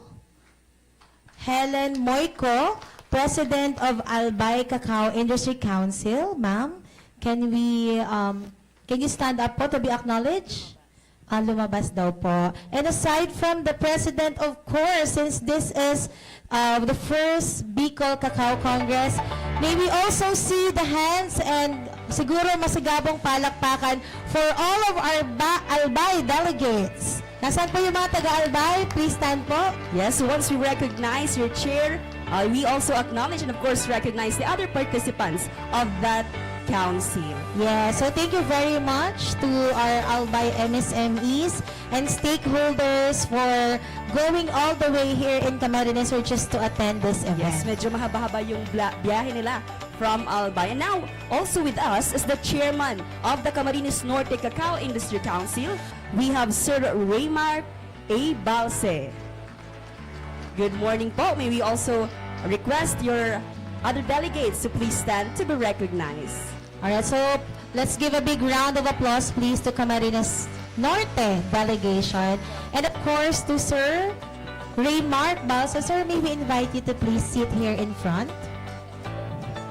Yes, again, so we request our chairman of the councils to please have a seat on our VIP table. Alright, so from Camarines Norte, of course, to the host province, we have the president of the Camsur Cacao Industry Council. A round of applause, please, to Sir Jerry Guevara. Sir? And of course, syempre, nasa host province, let's give a big round of applause, please, to our Camsur Cacao Industry MSMEs. Please stand to be recognized po. Alright. Yes, Diyos maray na aga po. And from Camarines Sur, we proceed sa Sorsogon. With us is Miss Karina V. Arellano, the President of Sorsogon Cacao Industry Council. So where is Ma'am Karina? Ma'am Karina. Okay. Please stand na lang po yung mga other delegation delegates natin from Sorsogon Province. Ayan, magandang umaga po. Of course, together with the Provincial Director of DTI, PD Malu Pancho, who came all the way from Sorsogon just to be with us today. We'd also like to acknowledge the presence, ito naman po, kung nasa land travel, meron naman po tayong from the Island Province. All the way from Catanduanes, let's give a big round of applause please to President of Catanduanes Cacao Industry Council, Mr. Joseph Tevez. Sir Joseph? And of course, yung delegation din po natin coming from Catanduanes, please stand to be recognized. Ayun. Thank you, ma'am, sa pagbiyahe ng Roro or Fast Craft just to be with us today. Yes, but of course, to complete our provincial council from the Bicol region, we have from the Masbate, Darlon Amante, the President of Masbate Cacao Industry Council. Yes, all the way from Masbate. Masbate. And the other delegates from Masbate? Please stand up. Wow! Talaga naman biyahe from the Island Province Of course, with the very supportive Provincial Director and Acting Assistant Regional Yes. Director of DTI Region 5, ARD Joseph Ranyola. Ayan, welcome po sa the heart of Bicolandia, ang syudad ni Naga. So we hope you enjoy your stay digdi mismo sa maugmang lugar. Yes, and of course, we would also like to acknowledge kung meron po tayong mga Provincial Council President, would also like to acknowledge the Regional Chair of the Bicol Cacao Industry Council. A round of applause please to Sir Edgar Barosa. Yes. Magandang umaga po. And now, Miss Madel, wag natin patagalin pa. So you've mentioned earlier na parang mas exciting yung ating umaga. Yes, we prepared so much for this Congress that aside from the learning session, of course, gusto namin kayong matuwa. Are you guys excited? Mukhang mahina, Miss Madel. Excited na ata sa lunch. Yes. Alright. I-check natin yung energy nila, Miss Madel. So when we say energy check, you say check na check. Energy check? Again, energy check? Ayan. Alright, I think that will do for our special portion of the program. We will be having your most favorite raffle draw. Alright. Yes, raffle draw. So, you have to make sure po na nag-register kayo earlier on during the registration period of this Congress for you to be able to qualify with this raffle draw. Alright? So, as you can Ayan. see on our screen, makikita nyo lang po our numbers. Wheel of Fortune. Wheel of Fortune. This is a spin wheel. So, ito po talagang wheel of fortune to kasi na kung nakatadhana sa inyo na manalo, so yun yung number po ng inyong registration kanina. So for the first set, we will be giving a t-shirt po. Of course, customized para dito sa event na to. That's from the CBSUA, I believe. Yeah, so thank you very much to CBSUA for Yes, sponsoring ayan po. this. We have a PD para maging model ng ating t-shirt. Marami po itong t-shirt. Yes. So for our first set of winners, you will be receiving this very, kumbaga, very, ano ba to, cotton? Maganda to, dry fit Parang ata dry to, fit no? siya.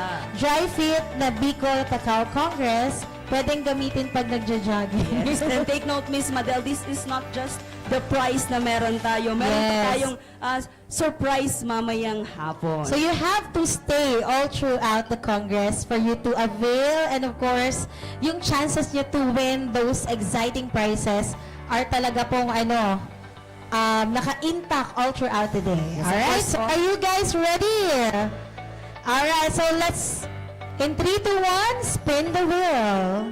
So sino ang unang maswerteng mabubunot? The lucky winner is number 43. May we know sino po yung number 43?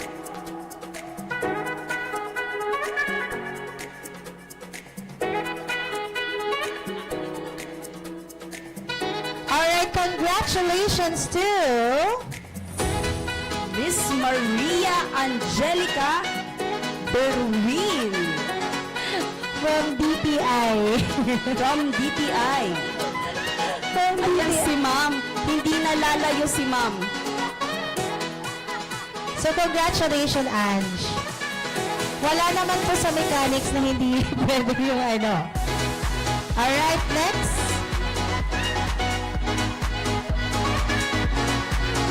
Yan, you may claim your prize, Ma'am Maria Angelica.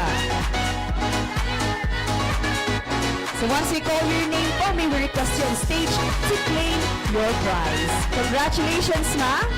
Alright, one of our business counselors. Nahugot for today. Deserve mo yan. Alright, for our next winner, 134.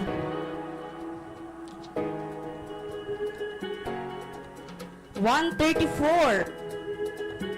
We have Sir Ronelo Caubang from Sorsogon.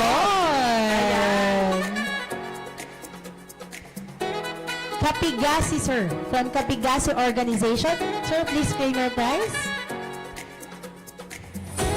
Congratulations. So, bibilisan na po namin because we will be drawing 12 winners. Next, please, we have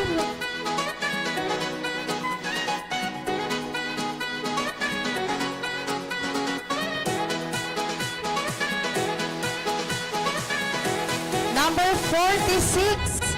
Congratulations, Mr. Josh Patrick Carrillo. Again from DTI, Sorsogon. Mukhang mas swerte yung from Maswerte mga taga DTI Sorsogon. and Sorsogon. Miss Madel. Congratulations, sir.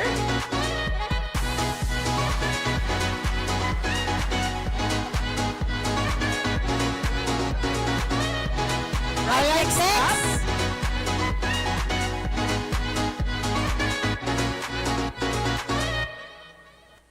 Ito, mga nasa early birds to.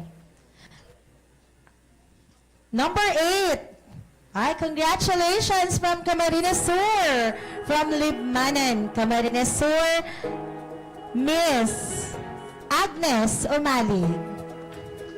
One of our MSMEs po from Camarines Sur. Congratulations po. Next, please. Following Ma'am Ma'am, please claim your Agnes, prize po here. we have number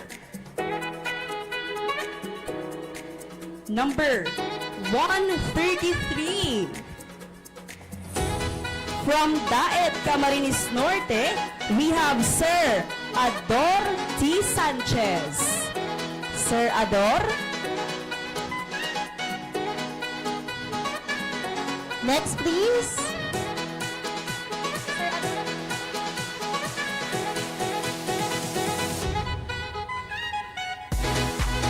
Okay po, number 138.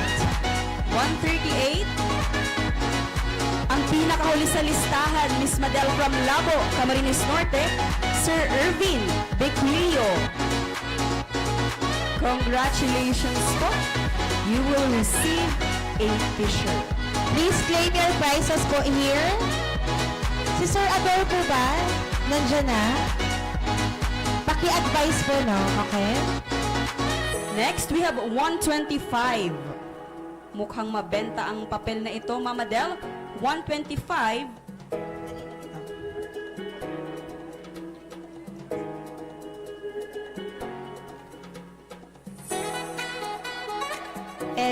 Evastro Gigantes from Masbate. Mukhang doktor si Sir. Sir Gigantes. So, kung sounds like lang po yung surname, baka Ano ikaw pong po pangalan? Ano pong from Mapsi? Masbate. Si Sir! Sir. Sir, ano po ba ito? Exastro. Ano po yung name ni Sir? Evaristo Gigante. Ng Ivar Integrated Farm. Yes po. Congratulations, sir. Ayan, next. Number 3. Number 3, ang ating early bird from Camarines Sur, Miss Egen Bersola. Wow, congratulations, ma'am. Of Cerilos Food Products. Next, please.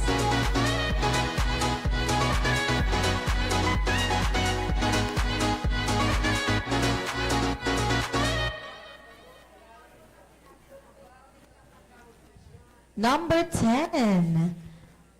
From Iriga City, Miss Adelaida Nagrampa.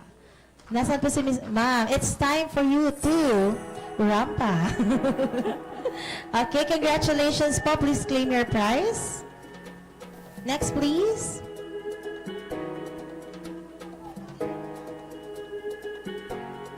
Number 53. Number 53 is Ma'am Fionella. Congratulations to the owner of Crave Cacao from Calabanga, Camarines Sur, one of our resource person later, Miss Fiorella Lala Oradnik.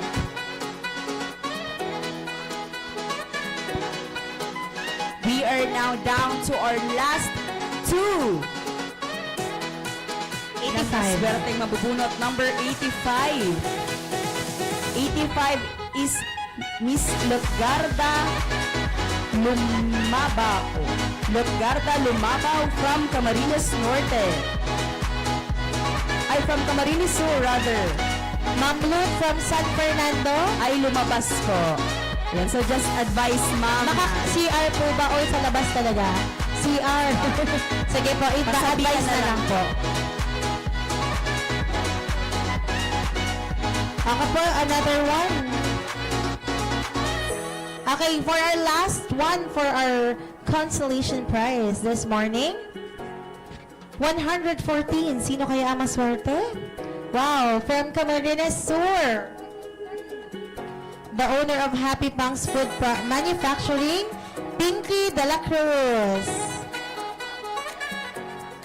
Si Punks. Where is Miss Punks? Please claim your prize.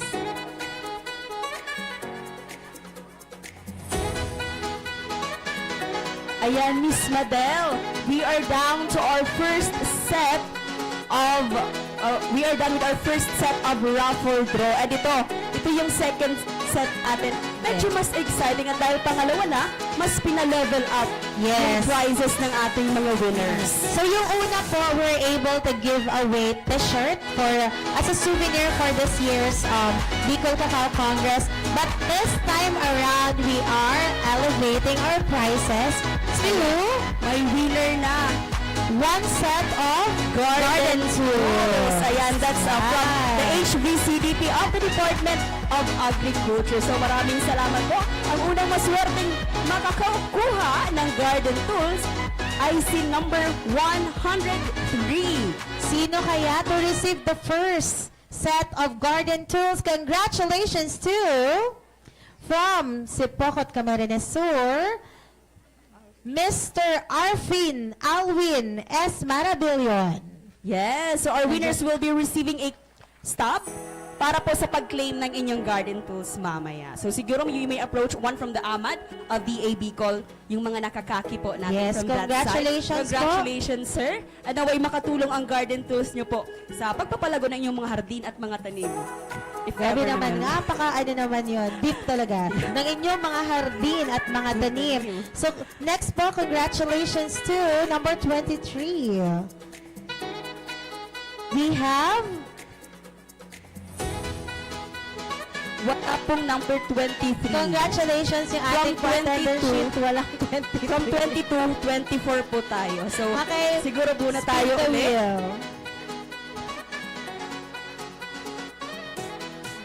Number 75.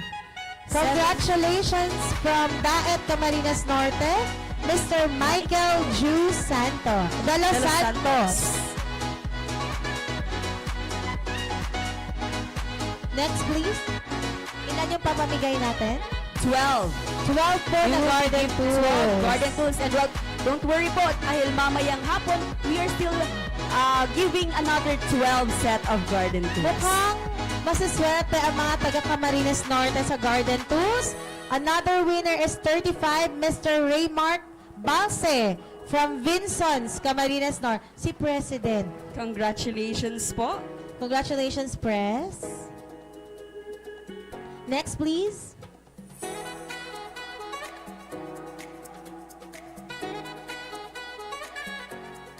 $109.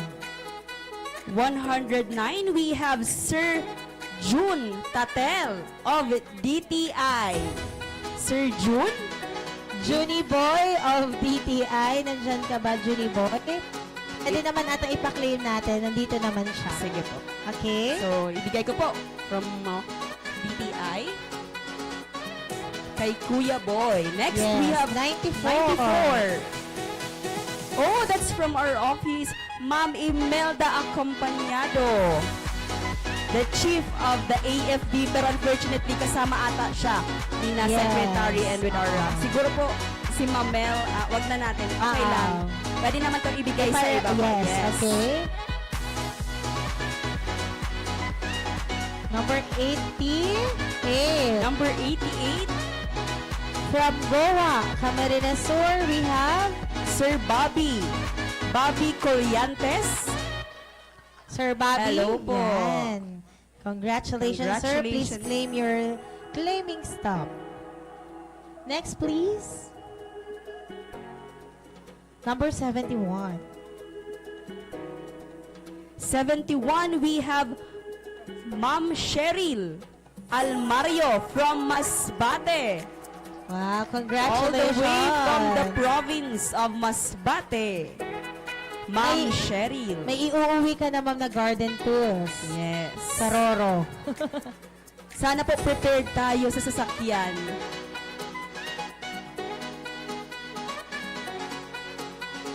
Congratulations, ma'am. Next, we have number 6. Number 6. Number 6, congratulations to Miss Marie Chris Alipante from Kamsur, the owner of Hans Bell Favorite Food Products. Ready na ang pang-gardening mo, ma'am. Next, congratulations to number 60. We still have 5 more.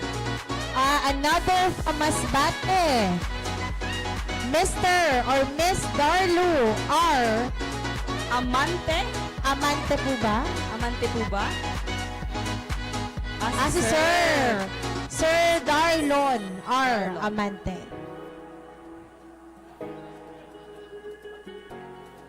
Next, please. 108. 108. Congratulations to Emmanuel. Sir Emmanuel, tama ba? from Camarines Sur po ito. Babanggitin po namin ang number kasi hindi po namin mabasa yung sulat nyo. Emmanuel. Okay lang po bang basahin yung number? Number po, 0922-2148-425. 425. Meron po ba? Wala kasi pong nakalagay eh. Emmanuel Epson. Ano po ito? Epon? Emmanuel. Again, with phone number 09222148425. Yes, kung sa DTI po ito, we will withdraw kasi hindi po namin mabasa yung sulat. So, siguro po, You decide po. yes. Next na lang tayo. Next na lang po, Number 20. 20.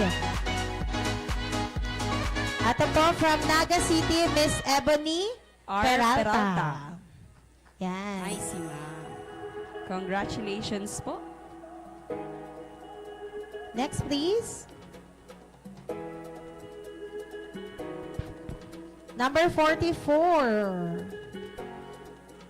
Congratulations from, apakaswerte naman, from DTI, Cam Norte, Miss Lovely. Ang nag-a-assist sa ating raffle. Entitled ka naman po. Congratulations. Garden tool po yan. Next, please. Ilan pa po bang garden tool yan, Miss Eds? Dalawa pa. Dalawa for our last two garden tools. Number 65. Number 65 is Miss Salome Sibulo from San Fernando, Camarines Sur. And for our last set of garden tools, congratulations to the lucky winner, number 29. Mr. Apakaswerte naman, a resource person, Mr. Ted Caro. Save the best for last nga. And I think, hindi ito tatanggihan ni Sir Ted. Yes. Eto, sir. Sir, Here's your stub po. Congratulations Congratulations. Now, Miss Madel, since we still have time, before we take our lunch, we will be calling our speaker para po mamayang hapon. So we will be having another speaker for this morning, wherein we will discover the potentials of heirloom cacao production in Kamalig, Albaki with the chairman of Moraba Foundation and manufacturer of Mayon Gold Dark Chocolate. A round of applause, please, to Mr. Robert Murray.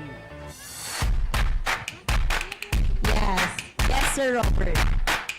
Sir Robert, your time was supposedly later this afternoon, but since we still have time this morning, it is our pleasure to welcome you on stage to discuss about the heirloom.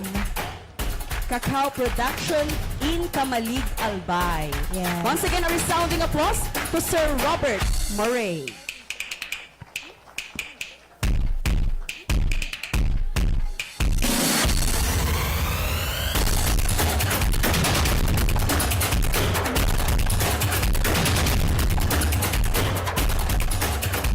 Good morning. Well, I'm ready, but my laptop is not ready, so just a moment, please. There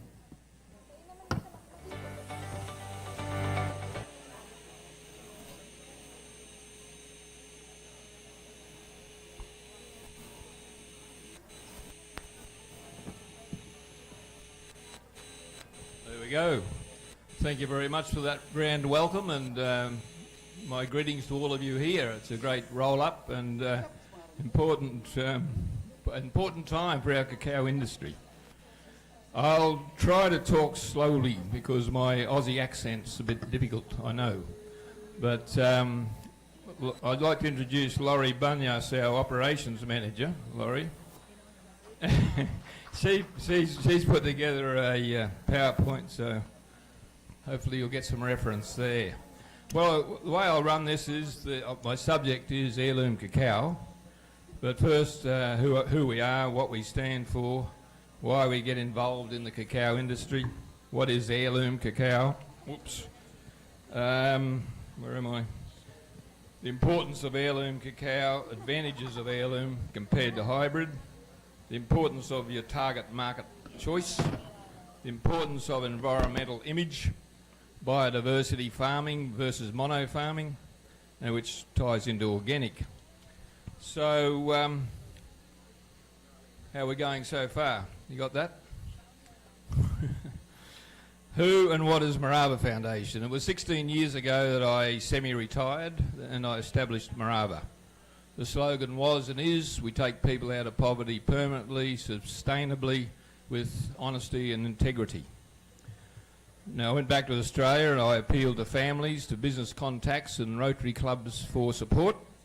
And without their ongoing regular donations to this day, we would never have got where we've got today, which sort of underlines the need for finance for everybody here. Also, Rotary International have endorsed us, and all donations, if any of you here are loaded with money, they've channeled them through the Rotary International offices. So we kicked off with education sponsorships for kids who were living in a slum in Manila, and my promise was to take them and all their siblings out of right through college. And you'd say, why would you do that? Why would you take all the kids? Well, because that would and does guarantee that the whole family, when the kids have graduated college, come out of poverty. And that has proved to work over the last 16 years. Sustainable solutions, and sustainable solutions are the core philosophy of Morava Promise. In the early years, we rebuilt schools like they didn't have roofs on them, health centre. We had a daily feeding program 5 days a week for 5 years, about 120 kids a day. And we have consistently been involved in building typhoon-proof homes and typhoon-proof starter homes. There's more than 80 homes constructed so far. The Morava Foundation focus today is the housing project, delivering decent long-term living standards, the education sponsorship program. We currently have 51 kids who we're taking through college. The cacao industry is the third one, which is taking hundreds of small farmers out of poverty, with the potential to take on hundreds, if not thousands more. We're not restricted by area. And importantly, we are creating a growing number of work opportunities in our factories. All of the above are proving to be sustainable solutions to poverty and its challenges. So, let's get to cacao. It was 2015, we heard through a staff member that DA was saying that we could plant 5 cacao trees with every coconut tree. And of course, like you, we're surrounded by small coconut growers who are living mostly below the poverty line. So we listened to DA, we trusted them, and we did homework. And we did the sums, and it made sense, and thus our cacao journey began. In 2016, seedlings were delivered from another province, and due to their distressed state and that nobody seemed to know how to care for them, they mostly perished. But we were committed to cacao. And when it was pointed out that we had wild cacao trees growing all around us, we found it wasn't hard to begin producing seedlings from these trees. As you know, there are approximately 30 seeds in each pod, which means you only need 170 pods to produce 5,000 seedlings. You can do it in a week. It's a very simple thing to do. We didn't know at the time, but we were cultivating heirloom trees, because we're taking the pods from these trees that have been there for hundreds of years, decades. So, heirloom cacao trees. When Edgar suggested I talk about heirloom cacao trees, I went to the English Oxford Dictionary, the definition of heirloom, and it said an heirloom is something passed down in a family for generations. The specific term which I found later for heirloom cacao description, an ancestral or traditional cacao varietal, untouched by modern hybridisation, which is propagated on farms or found in wild or semi-wild conditions that exhibit exceptionally complex, balanced and unique flavour profiles. I'd like you to dwell on that a moment. Exceptionally complex, balanced and unique flavour profiles. You'll hear a lot about flavour during my talk. So the heirloom tree, ladies and gentlemen, is that tree that was growing in your backyard or your neighbour's backyard when you were growing up. The tree that your great-grandparents and grandparents and parents and probably yourselves made tablia from. A tree whose forebears arrived here hundreds of years ago. I think it was 500 years ago, from what the research I've done. It's a descendant of the families of the original trees, transported here in Spanish galleons in the 17th and 18th centuries, direct from their original source, Central America, and some from Mexico. They are heirloom. They are cacao trees with an identity, a genetic identity. Their profile is a combination of historic, cultural, botanical and geographical and flavour value. It's a bit of a big deal if you've got some wild trees growing around where you've got your farms. They're commonly known, I don't think they're commonly known here, but on the world stage they're commonly known as the diamonds of the cacao tree. Why diamonds? You remember from the heirloom description, they exhibit exceptionally complex, balanced and unique flavour profiles. That's why. It's all about flavour. For instance, our flavour, as in our Mayan Gold flavour, is very different to Deval chocolate. It's been described by an American citizen once as a delicate cinnamon and spice flavour with low acidity. Now, I don't know about all the details, but they definitely have low acidity. Our heirloom flavour is a unique Bicol flavour. And as we say in the marketing of our Mayan Gold chocolate, taste the Bicol difference. More on flavour again later. There are other reasons to adopt heirloom trees. They're more hardy and climate accustomed than imported grafted hybrids. They are readily available. There are about 30 seeds in each pot, as I said, and it's not hard to prepare 500 or 1,000 seedlings. Our farmers are now doing it themselves. They're doing sometimes 30 or 40 at a time as they increase their plantings. You can prepare them yourself, nurture them, give them a great start in life, because their life starts where they're going to be planted. You adopt heirloom trees and you can serve the rare cacao genetics. Rare cacao genetics for future generations. This is a chance at Bicol uniqueness. Beans and chocolate from heirloom trees are recognised in international competitions. A worldwide limited supply of heirloom means high demand from the chocolatiers, who are the connoisseurs and buyers of unique varieties. What they lack in quantity, they make up for in aroma and quality. So they don't come without their challenges. One of the challenges is disease, but let's face it, it's common to all cacao. I heard that the disease destroyed big old cacao industry in the late 1800s. I don't know if that was true or false, but anyway. Imported seedlings could bring disease with them, but I'm sure all precautions against that have and are being taken. However, it is a risk. So to reduce risk, we may consider it prudent to simply propagate all our seedlings here in Bicol. Disease-free, or already acclimatised and no stress. But the very real serious challenge for our heirloom trees is that large quantities of imported hybrids can influence and change the unique Bicol heirloom flavour forever. The cross-pollination will destroy it. So we love you, DA. Where's DA? They're everywhere around the place. We love you, but certainly down our way, please don't send any more hybrids. We are dedicated to heirloom trees. No more hybrids, thank you. When choosing between hybrids and heirloom, we must consider the target market. There's the volume commodity market. Is that the market you want to go after? This market is dominated by large multinational brands which often rely on hybrid beans, monoculture and chemical inputs to meet their massive demand. In the bulk cacao market, buyers typically prioritise price, lowest price, and consistency of supply over fine flavour characteristics. While at the mercy of world trade prices, you might be aware of the degradation of much of the land where cacao trees have traditionally been grown in the African countries. There's a lot in the news about it. And the resultant stressed cacao trees and depletion in harvest.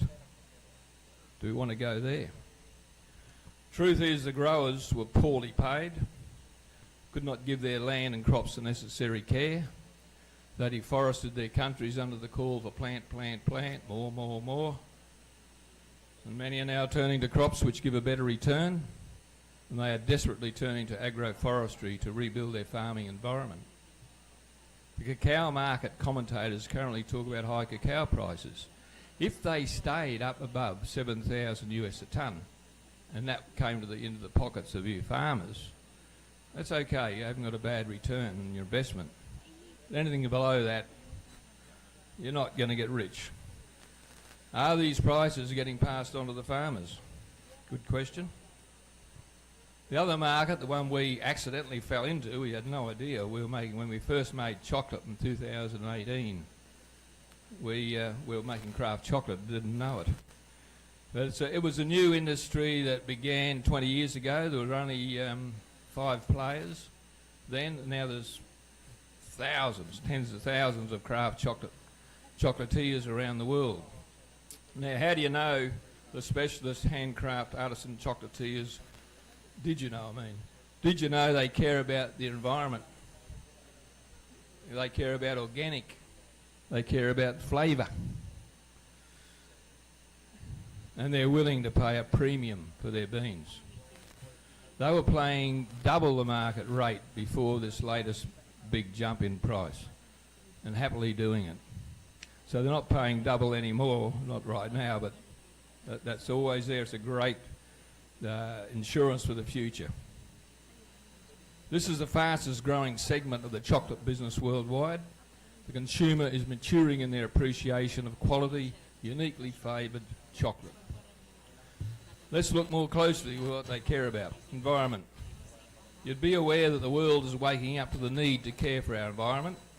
When you talk about environment in the same breath as farming, you're talking about biodiversity farming.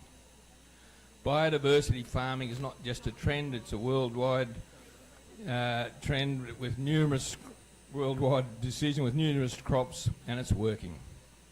Biodiversity, also known as agroforestry, preserves native plant and animal species, supports soil health and pollinators, and makes the cacao more sustainable when threatened by pests and diseases. Co-planting cacao seedlings with coconut trees is biodiversity farming. This means no extra land required, and the coconut trees shade them on sunny days and give wind protection.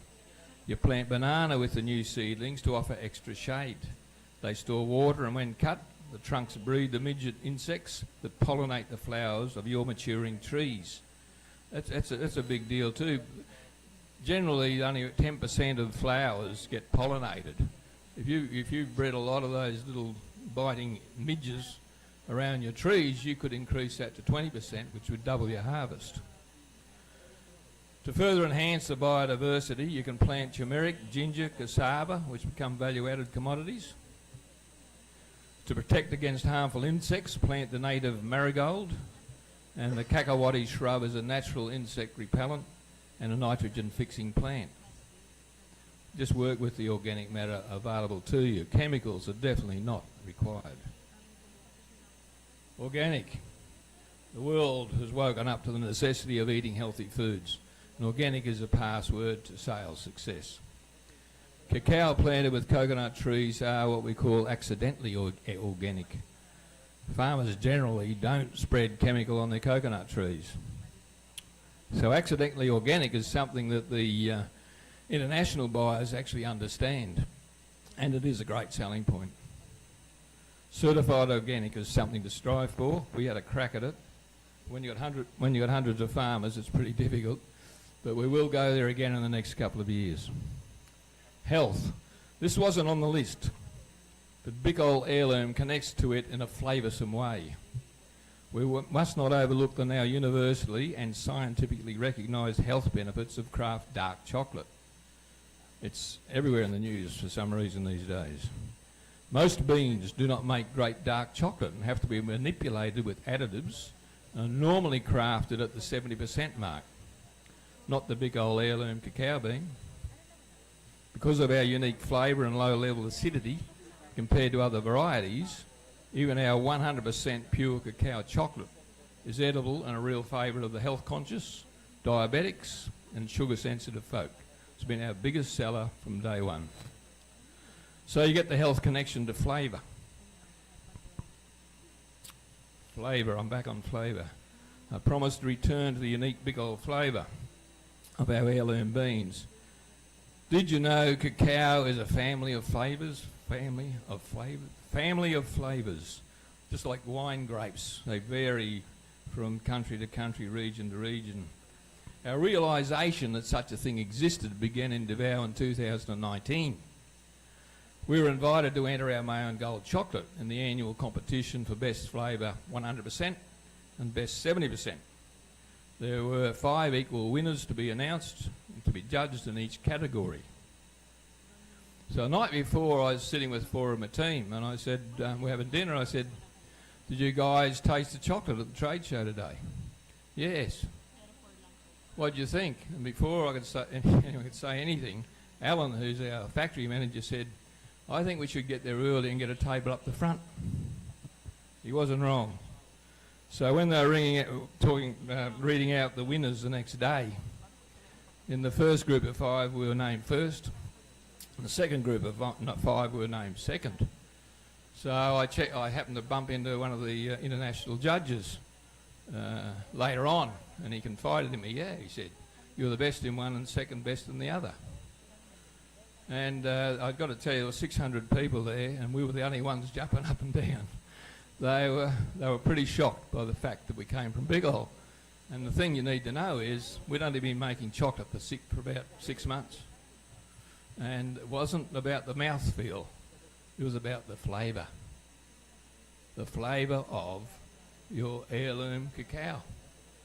Bicol heirloom cacao, it's unique. Since then, we've had numerous testimonials for our unique Bicol flavour. We've had visitors from Europe, Belgium, would you believe, France, Spain, chocolatiers in the US. All can't believe what they're tasting. There was a high-profile person from Davao who sat with me one day. I don't even know his name anymore. He says, this is better than anything I've ever tasted in Davao. We've got something pretty unique here. There's a remarkable increased awareness and demand for the variety of cacao flavours that are available from individual regions and countries. Now, I better not go on because Edgar will go mad at me if I don't talk more about Morava Foundation. So just our current status and forward projections. During the last 12 months, we processed 9.3 tonne of beans, which is and is producing 9.6 tonne of chocolate, including with inclusions. And for those who wanted to know, that also produces 6.8 tonne of 100% chocolate. But it's about 9.6 tonne of chocolate we'll sell in the next 12 months. We'll have a gentle increase in the harvest over the next 2 years, but with medium to strong growth after that. We'll propagate a minimum of 10,000 seedlings to be planted next year, and I think that's going to get lately. I think it'll be 20,000, but more is needed. We will continue planting until the harvest from our trees matches the ability of our land area to solar dry and our factory's ability to process and ferment the harvest in peak season. So there is a limit. At full land and factory capacity, we will be processing the harvest from 100,000 trees, roughly, which will produce 135 tonne of beans. Laurie, that's 135 tonne of chocolate. SOS, DTI, where are you? We're now exporting to a health food chain in Australia. They loved our Morava story, they loved the health story, but then it went to the directors and the managers of the shops, and it was the taste. And their comment back to me was that tastes as good as or better than any chocolate we've ever had. A second order has come through from them last week. We only just got started. And we've got 8 bars in our chocolate range. There's the turmeric, there's the chili, there's Pilly Nut Crunch, there's Mango Tango, and there's 60%, 76%, 90%, 100%. There was one bar they ordered double anything else. Which one was it? Anyone like to guess? Are there any T-shirts to spare? No? The 100% bar. That is just pure 100% heirloom chocolate. They're selling double that to anything else. Tells a story. There's another much bigger health food chain we've been in contact with. Same story there. Once they got the tasting, they said, okay. And they sent 3 inspectors out to go through us. They had 3 days with us, went through every process. They ended up giving us a list about this long to get ourselves up to international standard, which we've done, and verbally we've been given the go-ahead. So that's all our chocolate sold right there. It's all about the flavour, again. All our profits, by the way, from Aeon Gold are really invested back into community and the expansion of this industry. And we currently have 25 full-time staff, expanding to 29 by Christmas, plus casuals. I'm not counted, I'm a volunteer, so it's 30. Okay, back to the heirloom story. At the risk of repeating myself, the heirloom cacao trees deliver many benefits, but the outstanding benefit is flavour. Do the big buyers care about the flavour of your beans? No. So all you guys with your hybrids out there, you don't have to worry about that. They do care about price, though, lowest price. The chocolate market is maturing, with the consumer not only caring about the environment, but traceability, organic and flavour. Heirloom cacao is preferred by artisan and bean-to-bar chocolate makers worldwide, and they are happy to offer premium prices, and they are winning global awards with their heirloom chocolates. By working strictly with Bicol heirloom trees, we safeguard the legacy of Bicol's exceptional cacao for generations to come. We position the Bicol cacao industry to deliver on all premium quality levels and in my opinion, guarantee its long-term profitable future. The heirloom point of difference will always guarantee healthy demand for our cacao beans, not just in this decade, but in decades to come. Important point is the heirloom cacao is recognised as global cultural heritage. You can swap that and make it Bicol cultural heritage. It can be registered, and we are pursuing it right now, and protected by organisations like the Heirloom Cacao Preservation Fund. We will achieve that, and it will be listed in the global cultural heritage area. So, ladies and gentlemen, I encourage you to plant Bicol heirloom, become a part of a global movement. Put Bicol squarely up there as a premium region for cacao beans and chocolate. And it's not just about chocolate, it's about legacy, culture and lasting change. There's no second chances though. As I said, the hybrids will destroy this heirloom beans if we don't separate them and designate the areas where it's going to be heirloom or the areas that are going to be hybrid. So decisions need to be made. It's a once-in-a-lifetime opportunity. It's a responsibility, and I hope you all think about it very seriously and do not squander this opportunity. Taste the big old difference. You could say taste the opportunity, taste the excitement that I hope you're starting to feel about what you can do out there. Thank you. Maraming salamat po. Thank you very much, Sir Robert, aka Sir Bob Murray, for that talk. By the way, Sir Bob is a semi-retired Australian and the chairman and founder of Moraba Foundation Incorporated. 16 years ago, he began sponsoring children from underserved communities in Marikina City, and what started as a simple act of compassion has grown into a life-changing mission across the Philippines. In the Bicol region, he has led transformative agricultural development projects, built over 80 typhoon-resilient homes, created sustainable livelihood programs, and established the Mayon Gold Chocolate brand, a social enterprise where 100% of the proceeds go back to supporting local communities. Driven by honesty, integrity, and compassion, Mr. Murray's vision is clear. The more chocolate we sell, the more farmers and families will lift out of poverty permanently and sustainably. Once again, a true change maker and humanitarian. A round of applause to Mr. Bob Murray. Maraming salamat po, sir.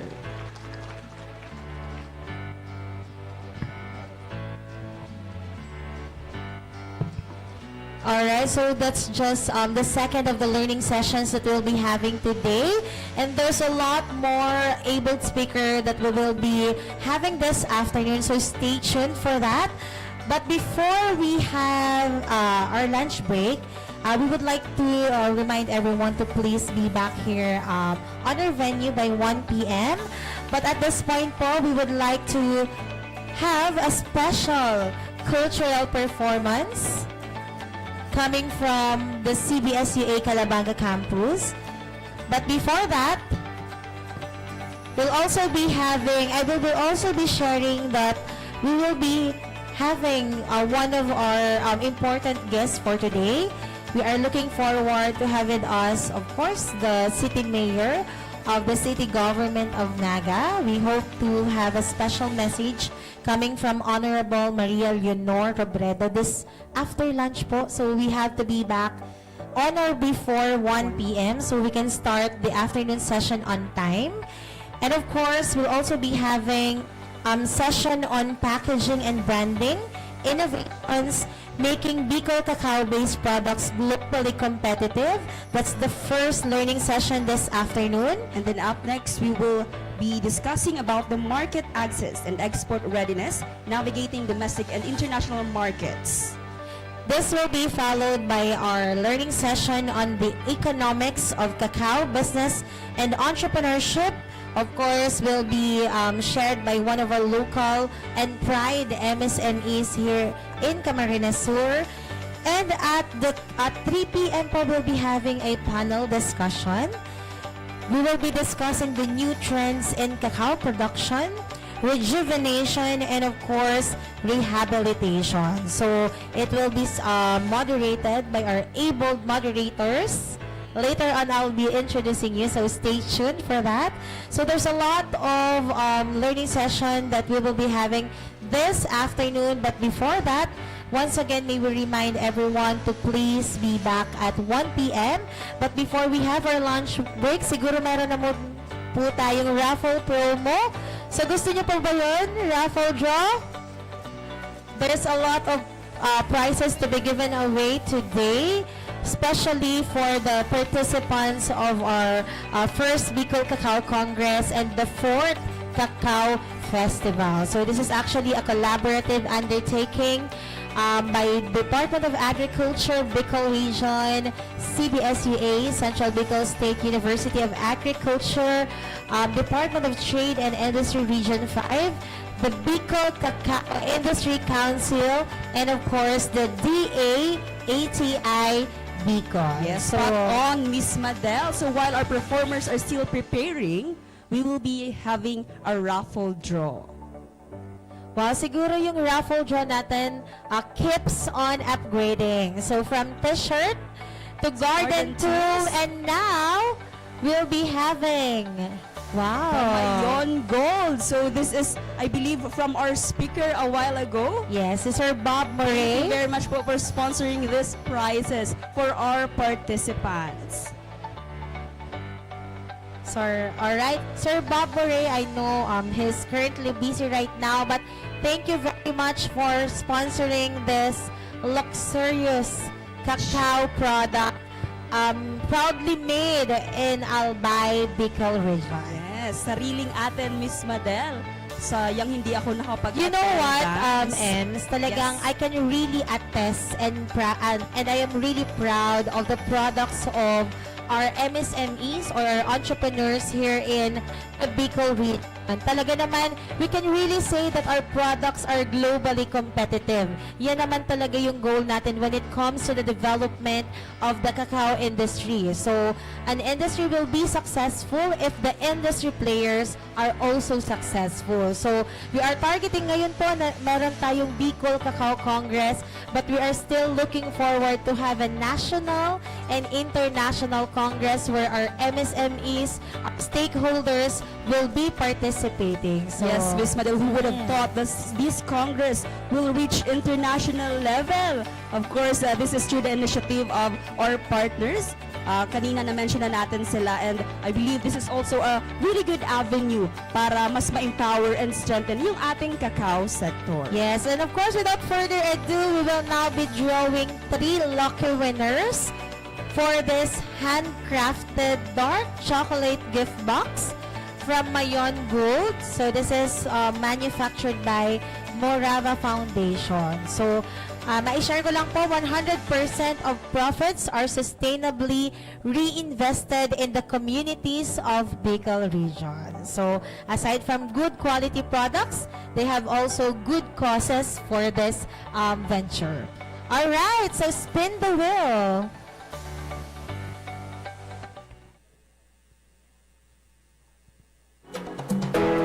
So congratulations to Our first winner of handcrafted dark chocolate the Mayon Gold, 123. 123 is Miss Maria Herrera Bonot from Calabanga, Camarines Sur. Maria Teresa Bonot of Calabanga, Camarines Sur.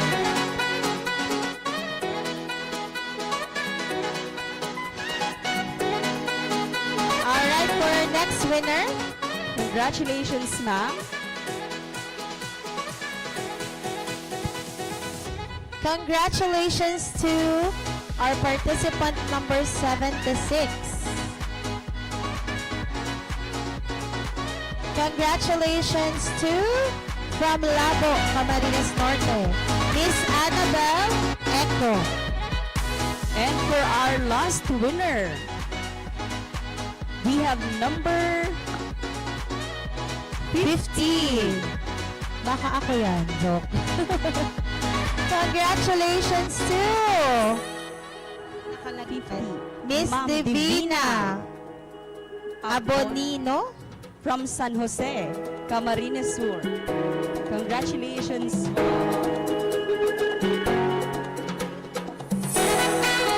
Divina, Ma'am Divina. Okay. Wow, may I love Tablaya pa si Ma'am.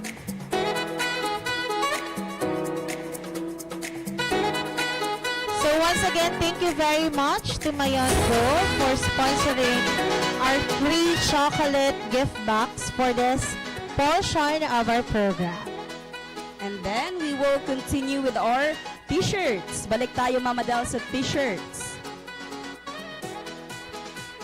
Alright, so we will be giving away how many t-shirts? We still have 8 more shirts. 8 more t-shirts.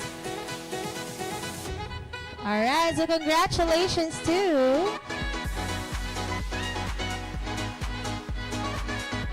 participant number 95. 95 is Ma'am Nenita Ramirez of the DA Bicol. Ma'am Nenita, are you here po?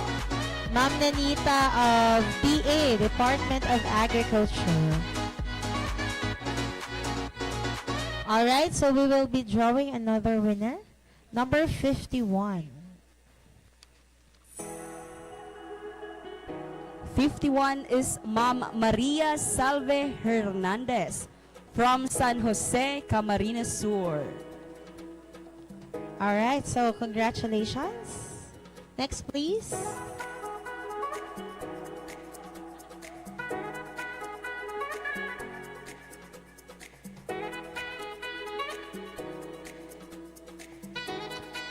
Congratulations to number 31. From Ragay, Camarines Sur, Mr. Norman Ada. Yeah, congratulations, sir. Next, please. We have number 52. 52 is Sir Brian Ken Maligat or Mr. Byron Maligat. From Camarines Norte, Vinson. Nasa labas si Sir. Pasabi na lang po na ipa-claim from this Nandito side. naman po. Nag-CR lang. Okay. Next. Number 21. Ma'am Mercedita Sibulo from San Fernando, Camarines Sur. Congratulations po. Next, please. Number 47. Congratulations! Grabe naman talaga. Where is ARD Joseph Ranyola of DTI Region 5. Okay. Okay po, ARD Joe. Kindly ano. Next, please. 64. 64 is Ma'am Marlina Capendit of San Fernando, Camarines Sur. Ma'am Marlina Capendit. Ayan. We still have 3 more shirts. Calling our participant number 16. Participant 16 is Miss Rachel Isguera of Naga City. Congratulations, Miss po. Rach.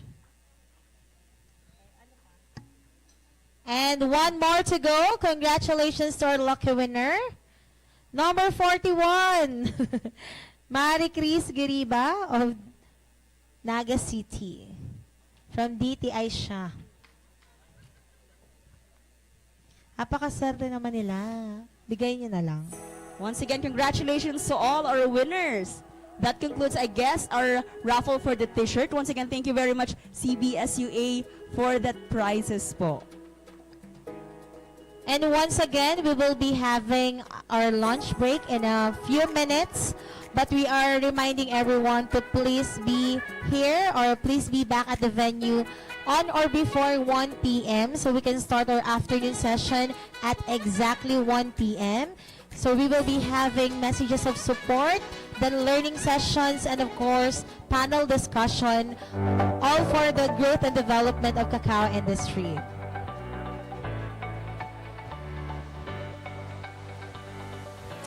So stay tuned po ha. We'll be having our former 14th Vice President of the Republic of the Philippines and currently the first female mayor of the city government of Naga.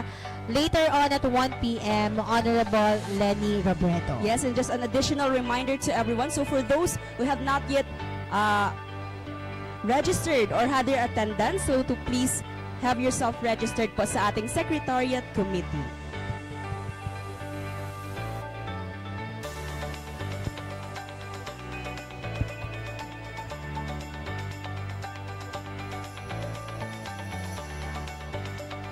Also, for those who won po ng ating garden tools, again, you may claim with your claim stub po at the Secretariat Committee doon po bago mag-entrance from the DA Ahmad team. So we have from the Department of Agriculture yung mga nakakaki po before tayo pumasok from the Secretariat Committee. So doon po natin makiklaim yung mga garden tools nyo. Alright, so just a recap, no? We already had few learning sessions earlier this morning. So we have Sir Ted Caro, Sir Bob Murray of Mayon Gold.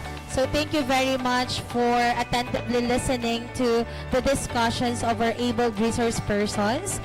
And this afternoon po, marami pa po aside from inaabangan nyo pong raffle draw kasi we still have a lot of prizes to be given away later on our program. So please stay tuned and of course, please stay up until the end of this Congress. So you were very fortunate enough that you were able to be given a slot for this first ever Bicol Cacao Congress and of course the 4th Cacao Festival.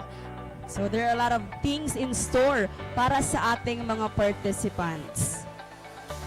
Yes, and of course, once again, thank you very much to the sponsors of our very exciting raffle draws. Of course, we have Department of Agriculture for their garden tools na yung mga na-winner po earlier, pwede nyo na pong i-claim outside of the venue. Yes, that's in courtesy of the HBCD program under our RTD for Operations Doc May Rodriguez. Yes, and of course, for our Bicol Cacao Congress t-shirts, we would like also to thank CBS-UA. Of course, nandito ang ating overall chair, VP Monet, for your commitment and passion in organizing, one of the organizers for this very successful Cacao Congress. Kung hindi dahil sa kanilang initiative, I believe this event will not be possible, Miss Madam. Yes, that's right. And of course, yung ating pong 3 chocolate gift bags came from Sir Bob Moray. Sir Bob, thank you very much, Mayon Gold, for sponsoring that those 3 boxes of chocolate. Diba, sir? Can you give more, Joe? Just kidding, Sir Bob. But thank you so much for sharing your valuable insights with our MSMEs and stakeholders in this venue.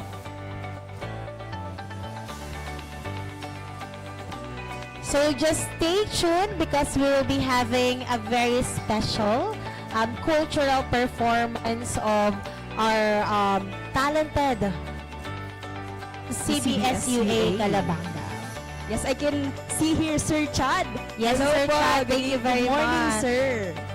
Si Sir Chad is also one of the enablers in Calabanga in Yeah. preserving the rich culture and heritage of the municipality. Yes, Miss Madalena, sa So, proud thank you. Calabangenya, Ay, wow. I can truly testify na talagang one of the important people si Sir talaga nag-preserve Yes, ng oo. culture. With that, thank you very much po. Calabanga ka pala, no? Kaya Yes. kilala mo. Si Sir Chad kasi nakilala ko during my coordination local government unit of Calabanga since we are also implementing programs for the growth and development of the creative industry here in our province. Yes, ako naman, I've known Sir Chad because I was one of the members of the Divine Mercy Parish and doon talaga may mga times na nagpa-partner din yung aming organization with the CBS-UA. So parang tribute na ito, Sir Chad. Ayan. Kasi we're preparing for your cultural performance. So we have to do or to say a lot of things just to entertain our audience. Alright? So I think they are now ready for the cultural performance. Yes, and of course, Miss Madal, as early as now, we would like to thank all our performers, of course, for giving their efforts and for sharing their talents dito sa okasyong ito. So you made this event even more colorful and beautiful. Yes, and aside from celebration of innovation, empowerment, and of course, the resilience of the cacao industry here in Bicol region, we are also celebrating the rich culture and history of the province. So without further ado, for a special cultural performance, let's give it up for the CBSUA Calabanga Campus.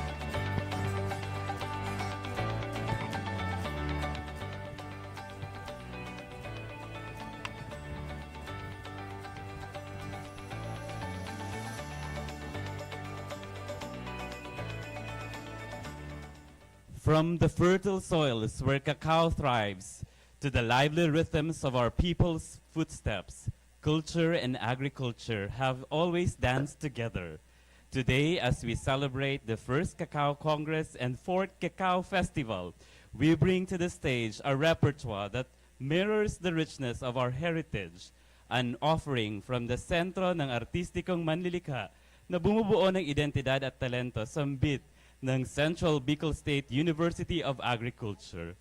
We begin with the grace and refinement of our Western-influenced dances, Sarong Banggi, the tender Bicolano serenade in movement, Valse Vieja, a nostalgic waltz evoking the elegance of bygone days, La Jota Moncadena, where Castilian steps meet Filipino flair, Sagin Sagin, a playful and light Spanish-influenced dance, and Bulaklak ng Halamanan, where blossoms bloom in swaying motion.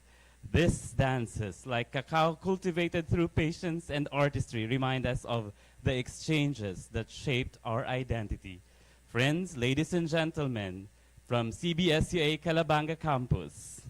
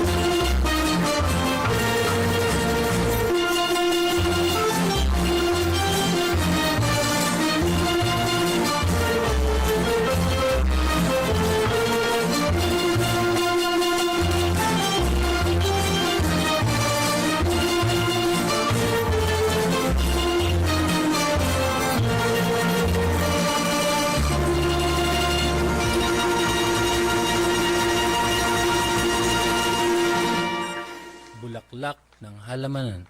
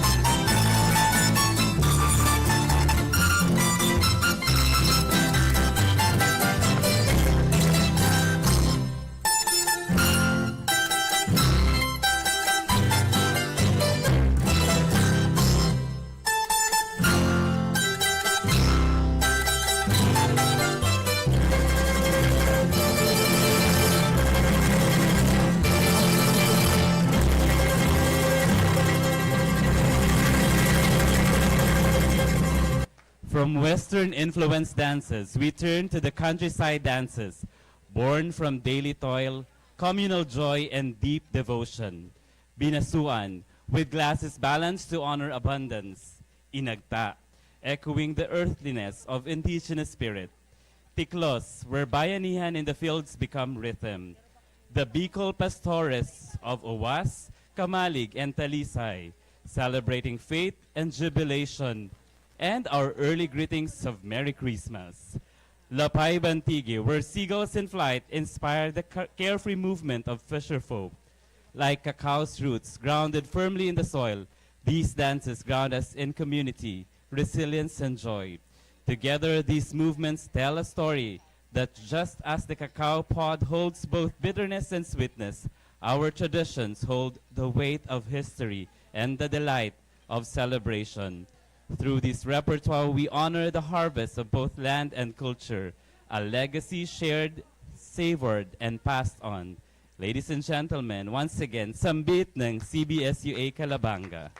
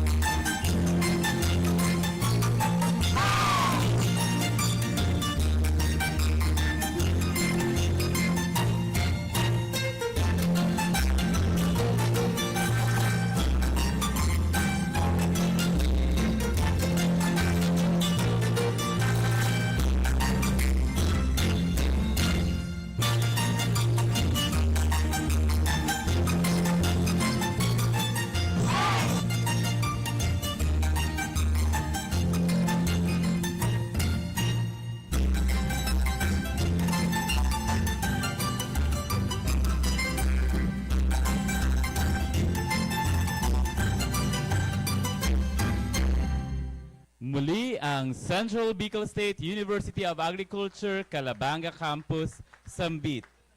Viva Bicol Cacao! All right, a resounding round of applause, please, to the truly tatak Oragon performance of the CBSUA Calabanga Campus. That was actually a 30-minute performance to entertain all of you and, of course, to showcase the rich culture and heritage of Bicol region. So once again, thank you very much, CBSUA Calabanga Campus. Yes, and of course with their trainer, Sir Chad Thank you very much Castor. Thank you po. very much po for preparing us this 30-minute dances. So indeed, Miss Madel, this reflects that agriculture and culture goes hand in hand because they both shows what we have to sustain in our, culture. Yes. And I would really like to commend Sir Chad, no? From the wardrobe to the dance move, it actually reflects the really rich culture of our region. Yes, and one more thing on how they incorporate the dances on our event. Sir Chad mentioned about incorporating these dances with Cacao. Yes. So hopefully soon yung wardrobe meron ng fossilized cacao. And yes, to our performers, you may have your lunch po. Yes, and at Once this you're point, done. we still have few minutes to enjoy our lunch. So we are reminding everyone to please be back and please settle down on or before 1 p.m. so we can start our afternoon session on time. So thank you very much.